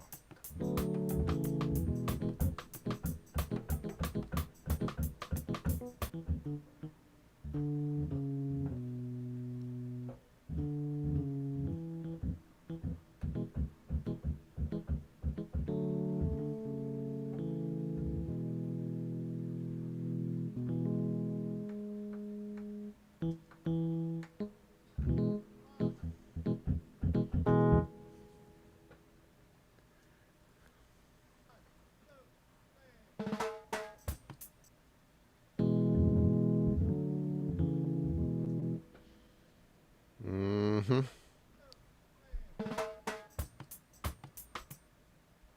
Oh yeah, here we go.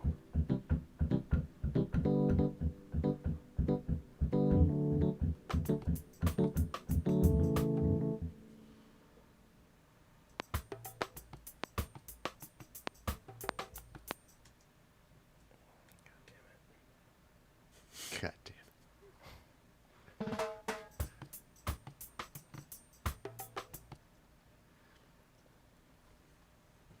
So you're stretching and aligning and adjusting these drums to fit the original tempo right now. Yep.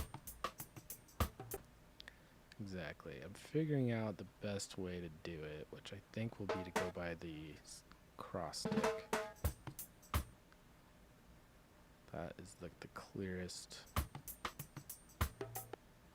Yeah, there we go. This will be the fastest, best sounding way. So it's kind of funny because, like, you know, when you're in the studio doing this in real life, you can just work at your own speed. But when you're on the stream, it's like Yeah, you probably feel like you have to rush through it. Well, it won't take very long. I do. Well, it takes longer than I would like it to take, but it does. I do just have to figure out quickly.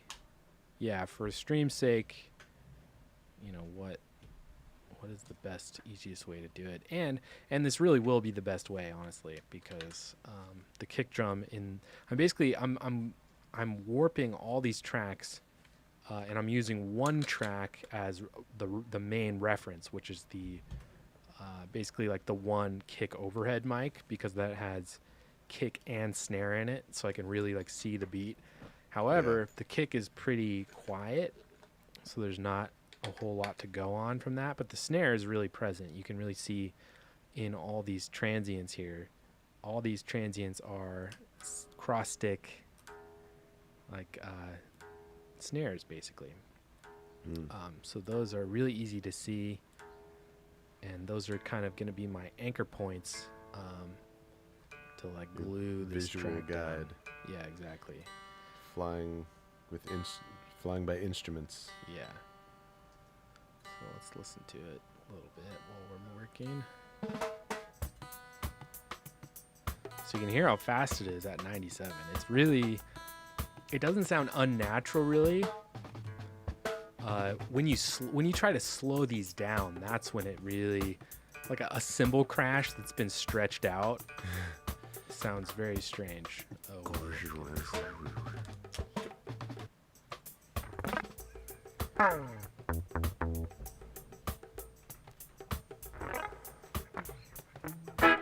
See, that guitar sound is gonna be so good for this talking head shit.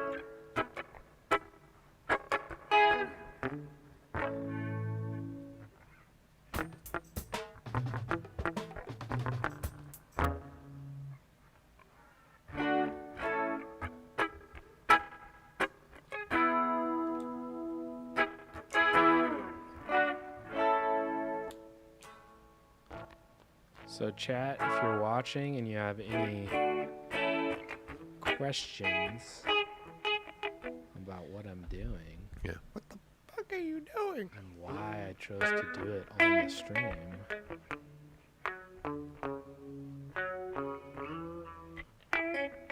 It is kind of wild. We found a drum beat that would just like work so well, though. It is. Even though it was at the wrong tempo, we're obviously going to fix that. It's kind of amazing that it. I think I am glad we're going to do a drum beat too. One, because there was too much bleed in that other stuff in the original drums. Even though, God, it would be cool to use the original drums. I like never get to do that when I do these projects. It's like very rarely I get to use original drums.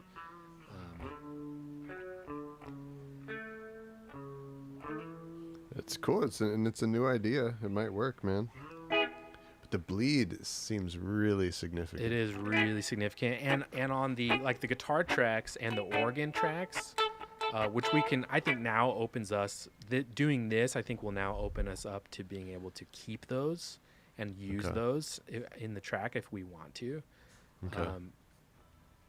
Because I mean, I think you get what I was saying. It's like if we use the original drums, we can't also use the original organ and guitar. Then it's like you're using the whole. Then it's just the whole song. The whole song, yeah. Then we're just replacing bass and adding a skank, which will sound just kind of, I don't know. I've actually done that exact thing before on the last Clash EP, and I'm like, they're cool, but it's really just like everything I added is just like in the way. It's like, why is that there? You know, it's not like a true. You're right. It sounds like somebody just took the Clash recording and just played on it. Which is exactly what I did, and it's kind of like I don't like that. I don't really like doing that. So yeah, if you're gonna include original tracks, which I think is a really cool thing to do, you just have to kind of decide from the get-go like which direction you're gonna take it in. Are you gonna let the like skeleton foundation of the track be your foundation and skeleton of the track, and all the accoutrement, extra elements are going to now become things you have to remake? Or are you going to flip that, and are you going to build your own skeleton to the track and keep their accoutrement and Accoutrement. extra elements? I've been saying that word probably too much lately. Let's check out this drum beat again.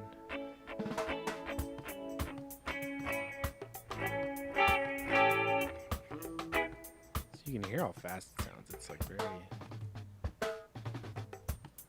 Doesn't sound bad, but it's definitely strange. So we're gonna... And it's too fast for a natural sounding reggae groove. Also, there's a moment where something's off. I gotta go back and find that.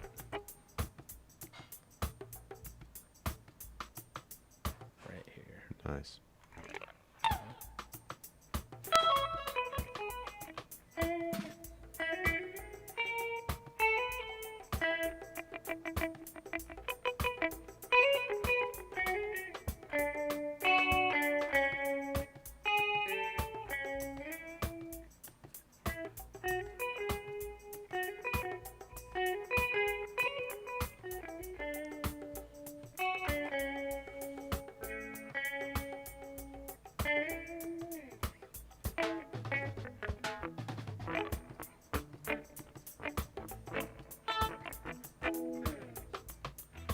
So yeah, you can kind of hear right away how this would be kind of a weird, like, reggae dead zone.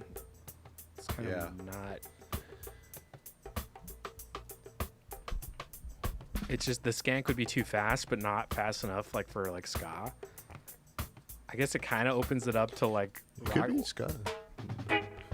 I mean, if it was a ska beat, like if it was an actual ska drum beat, which it would work. What about like rocksteady? Where is the rocksteady tempo kind of live? Yeah, it's a bit slower than this. I mean, this is a rocksteady beat that he's playing. So and 91 is pretty quick rocksteady. But yeah, rocksteady's like in the 80s. Okay, now what we got to do, we've got to line up our downbeat.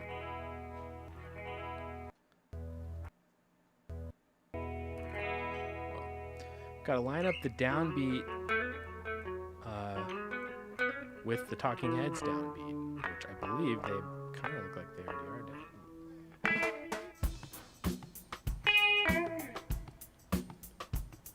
So now you hear our drums and the Talking Heads drums. Can you turn up the output of the programs so we can hear it? Nice. There we go. It's both drums together. So it's It's so cool.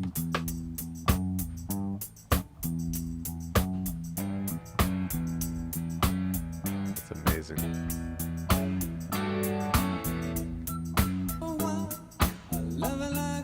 there it is. It's amazing.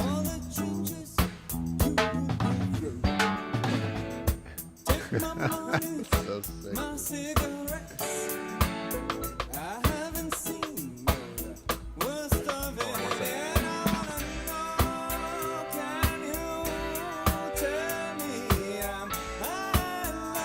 Grabbing this in case.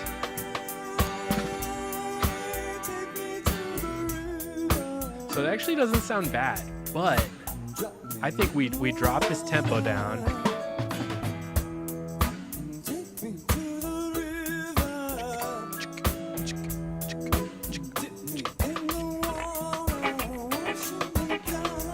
Yeah, I mean, it could be cool. What's It's that? a little. It could be cool, just a little fast. I think it needs to come down a little bit just for the drum's sake. Yep. Hey, Datin Word over on Reddit. What's up, man? Thanks for hanging out and watching. We're taking what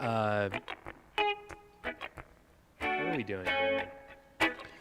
We are taking the original isolated tracks from the Talking Heads, "Take Me to the River," and turning it into a reggae remix, reggae version.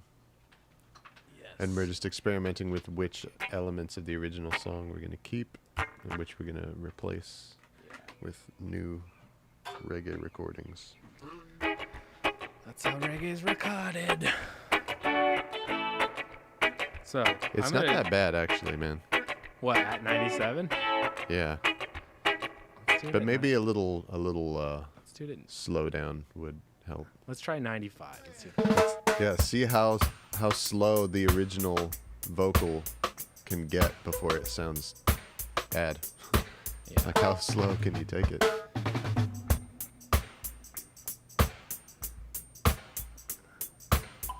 I even have that original like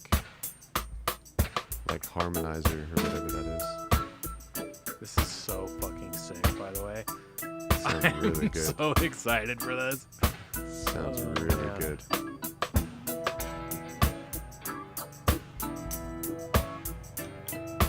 You could probably go slower than this, but let's see what the vocals sound like. Yeah.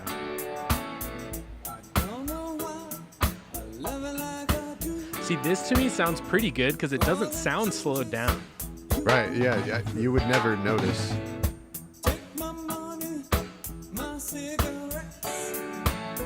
You can hear it in the vocal more than anything.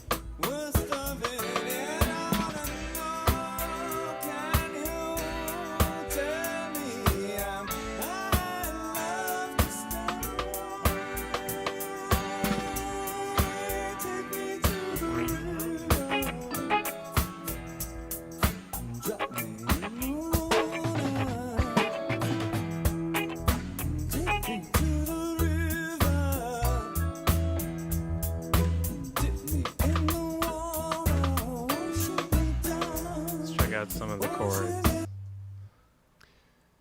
And Yes. lucky for us, we have the original fucking bass as a reference. We can use that. Check out any kind of scratch or any kind of replacement track we use. We can use the original as like a reference point.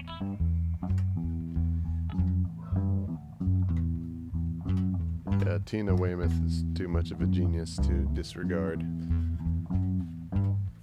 Some of the bass lines in the songs that we do you can just disregard, but not Tina.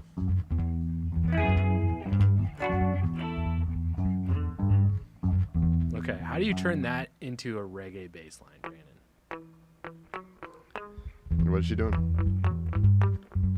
So basically, she's taking. Yeah, exactly. But she's doing weird like hammer-ons. Is that her playing or you? That's me.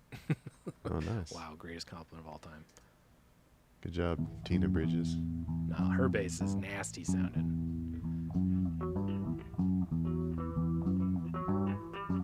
Whoa. So this is so where interesting. it's a really iconic bass line, but we're gonna have to change something about it. I feel.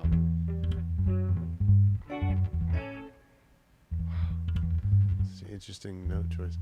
So,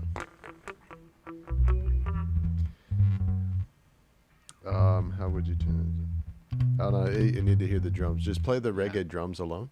Okay. That's the easiest way to find it is pairing the bass in isolation with the drums.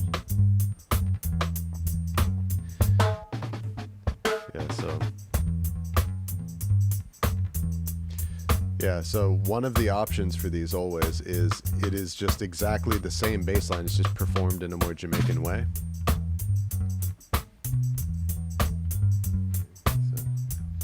It's a little too stiff.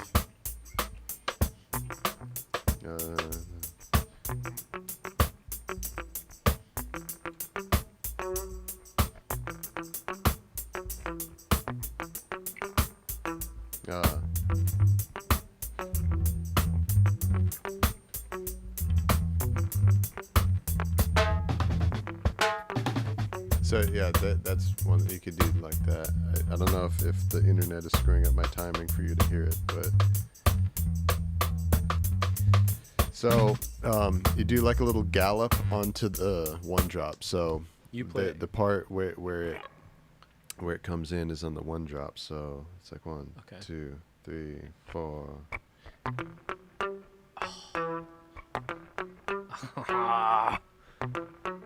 I love you, Brandon. Okay, let me play that so we can hear what that sounds like.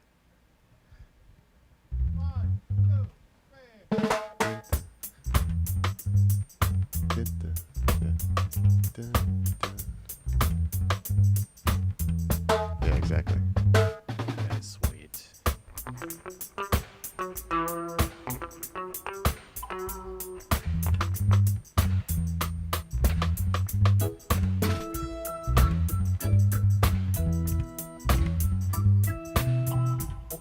There you go. Nice.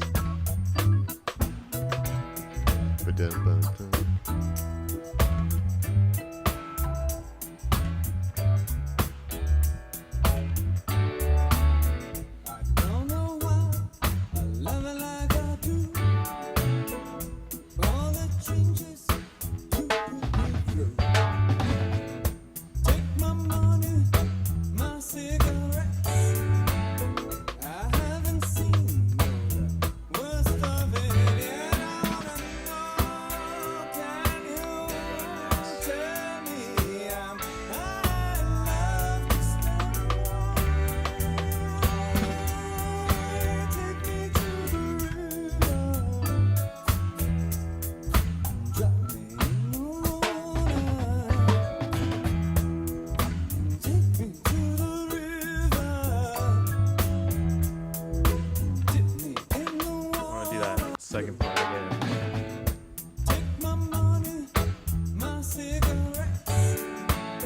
I haven't seen the worst of it yet. I feel like there's something I'm not doing that is still not making it so feel it's- reggae enough. So that the first phrase ends short, and then the long one has ends with a long F sharp note. So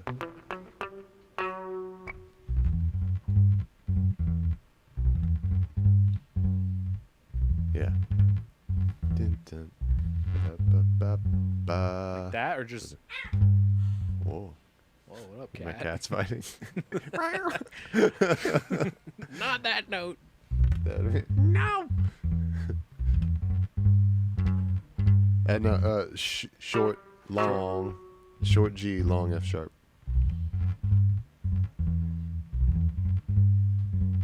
No, short Short. long. Gotcha. Okay, let's see what that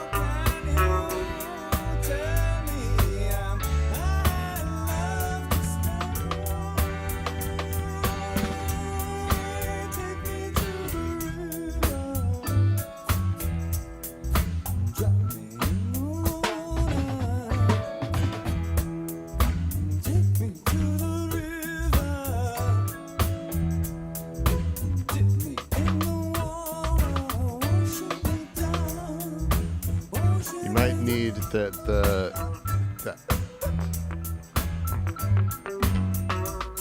What?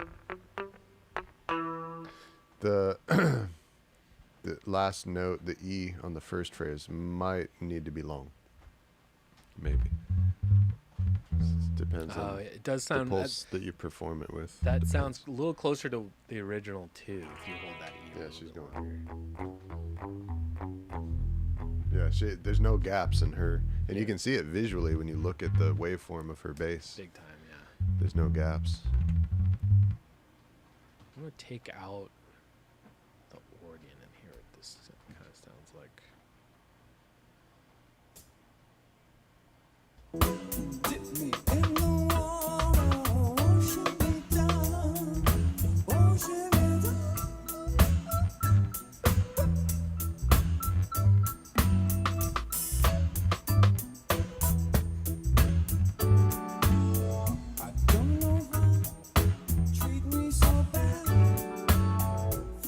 Oh, I should do that. What is that they're doing? Think of all the things that we could have had.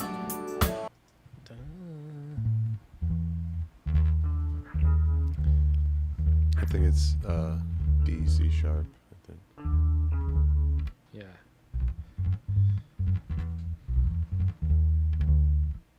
Is that it? Think of all the things that I don't know why treat me so bad. Think of all the things. Is it D? Yeah, D, C sharp. You're right. I was like, I think so. Don't know why treat me so bad. Think of all the things that we could have had. Love is can't hear that tone very well on my bass.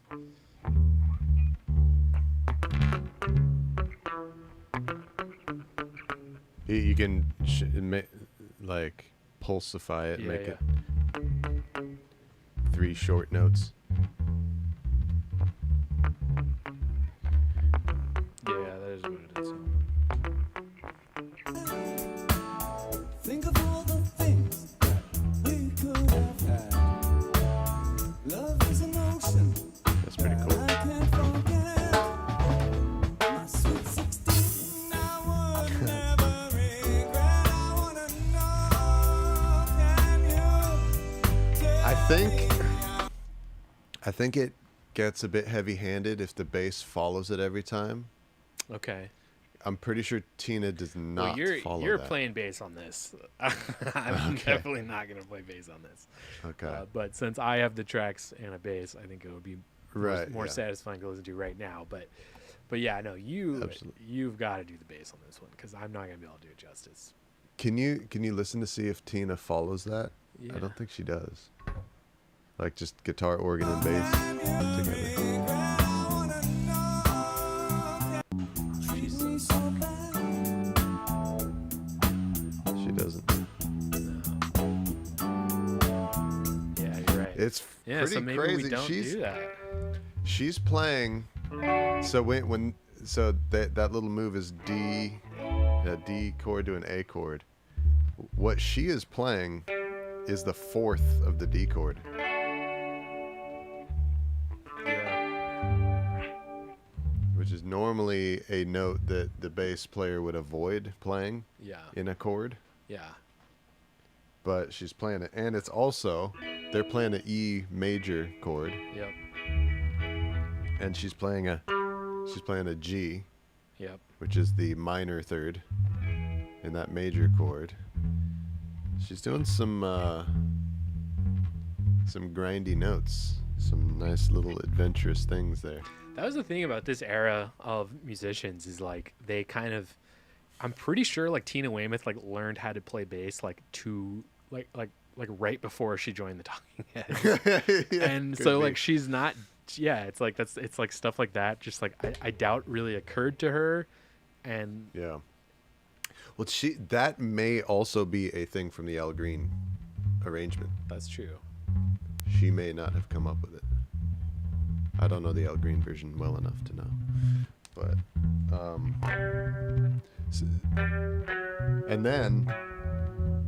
and then so she's playing the fourth on the D chord, and then when it goes to the A chord, she's playing the fucking sixth of that chord, which is another one like you avoid. That's pretty interesting. Very, very That wild sounds- stuff. Sounds good though. Sounds iconic. Yeah.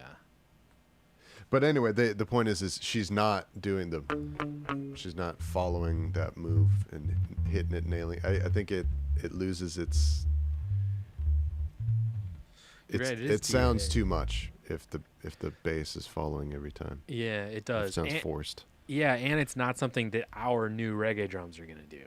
They're just gonna groove the whole time. So Like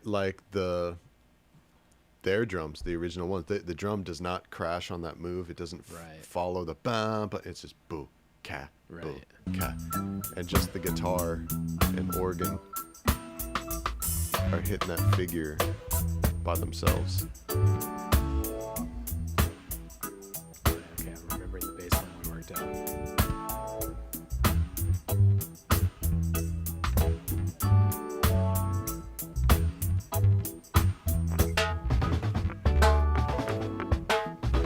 You could do a little double bounce on the G Okay. note. Let's go from the top.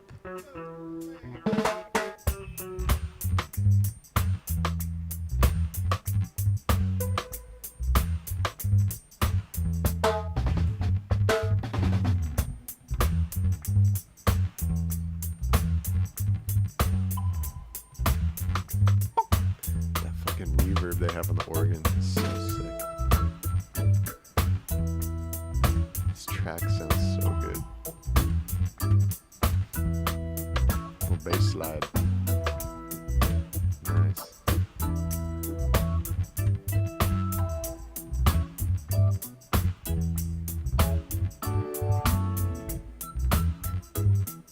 There's David. All the changes you put me through. Take my money, my cigarettes. I haven't seen the worst of it yet. I wanna know, can you tell me I love to stay? Take me to the river. Drop me in the water. Take me to the river. Crank up our drums. Dip me in the water. Wash me down. Wash me down.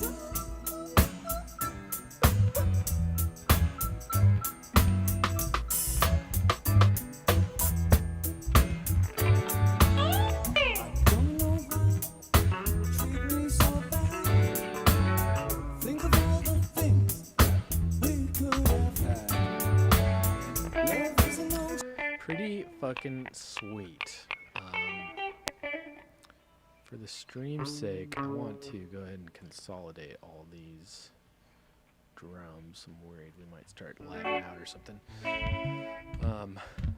Reticulating splines. Oh yeah, because you're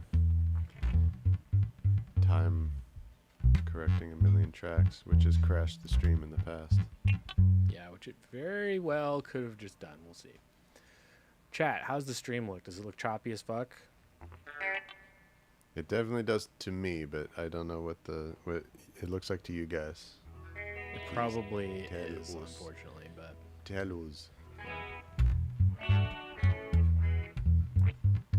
so yeah, pretty fucking sweet. That's a nice little taste of what we'll be doing in the future, the near future, with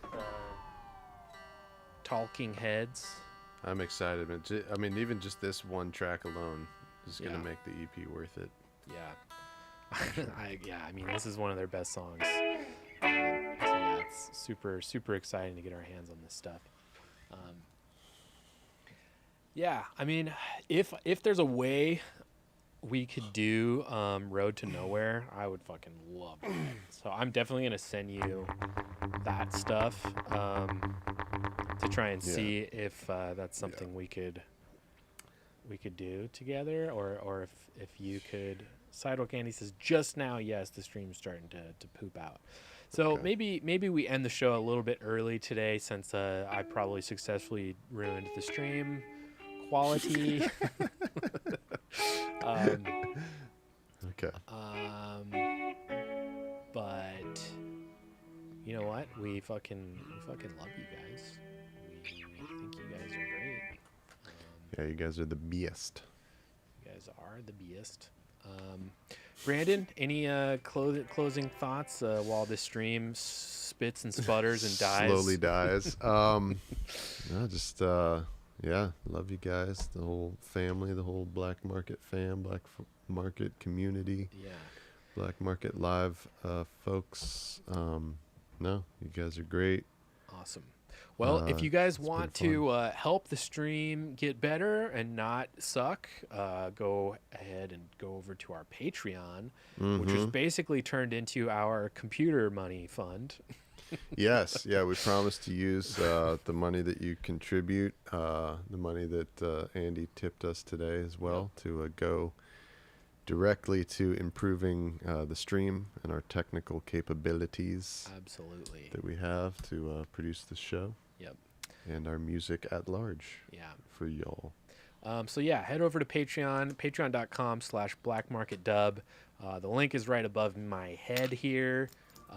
If you want to become a patron, likewise, you can do the same thing on Bandcamp, blackmarketdub.bandcamp/subscribe. You can subscribe over there for $5 a month. And on Patreon and our Bandcamp subscriptions, you guys can get super secret sneak peeks at everything we're working on, and maybe other stuff in the future. Yeah, some other and stuff that we haven't come up with yet. Yeah, totally. Other really cool secret stuff that only they know about. Secret. Super secret that we talk about with our really good friends over there on the Patreon Bandcamp subscription side. Anyway, we love you guys.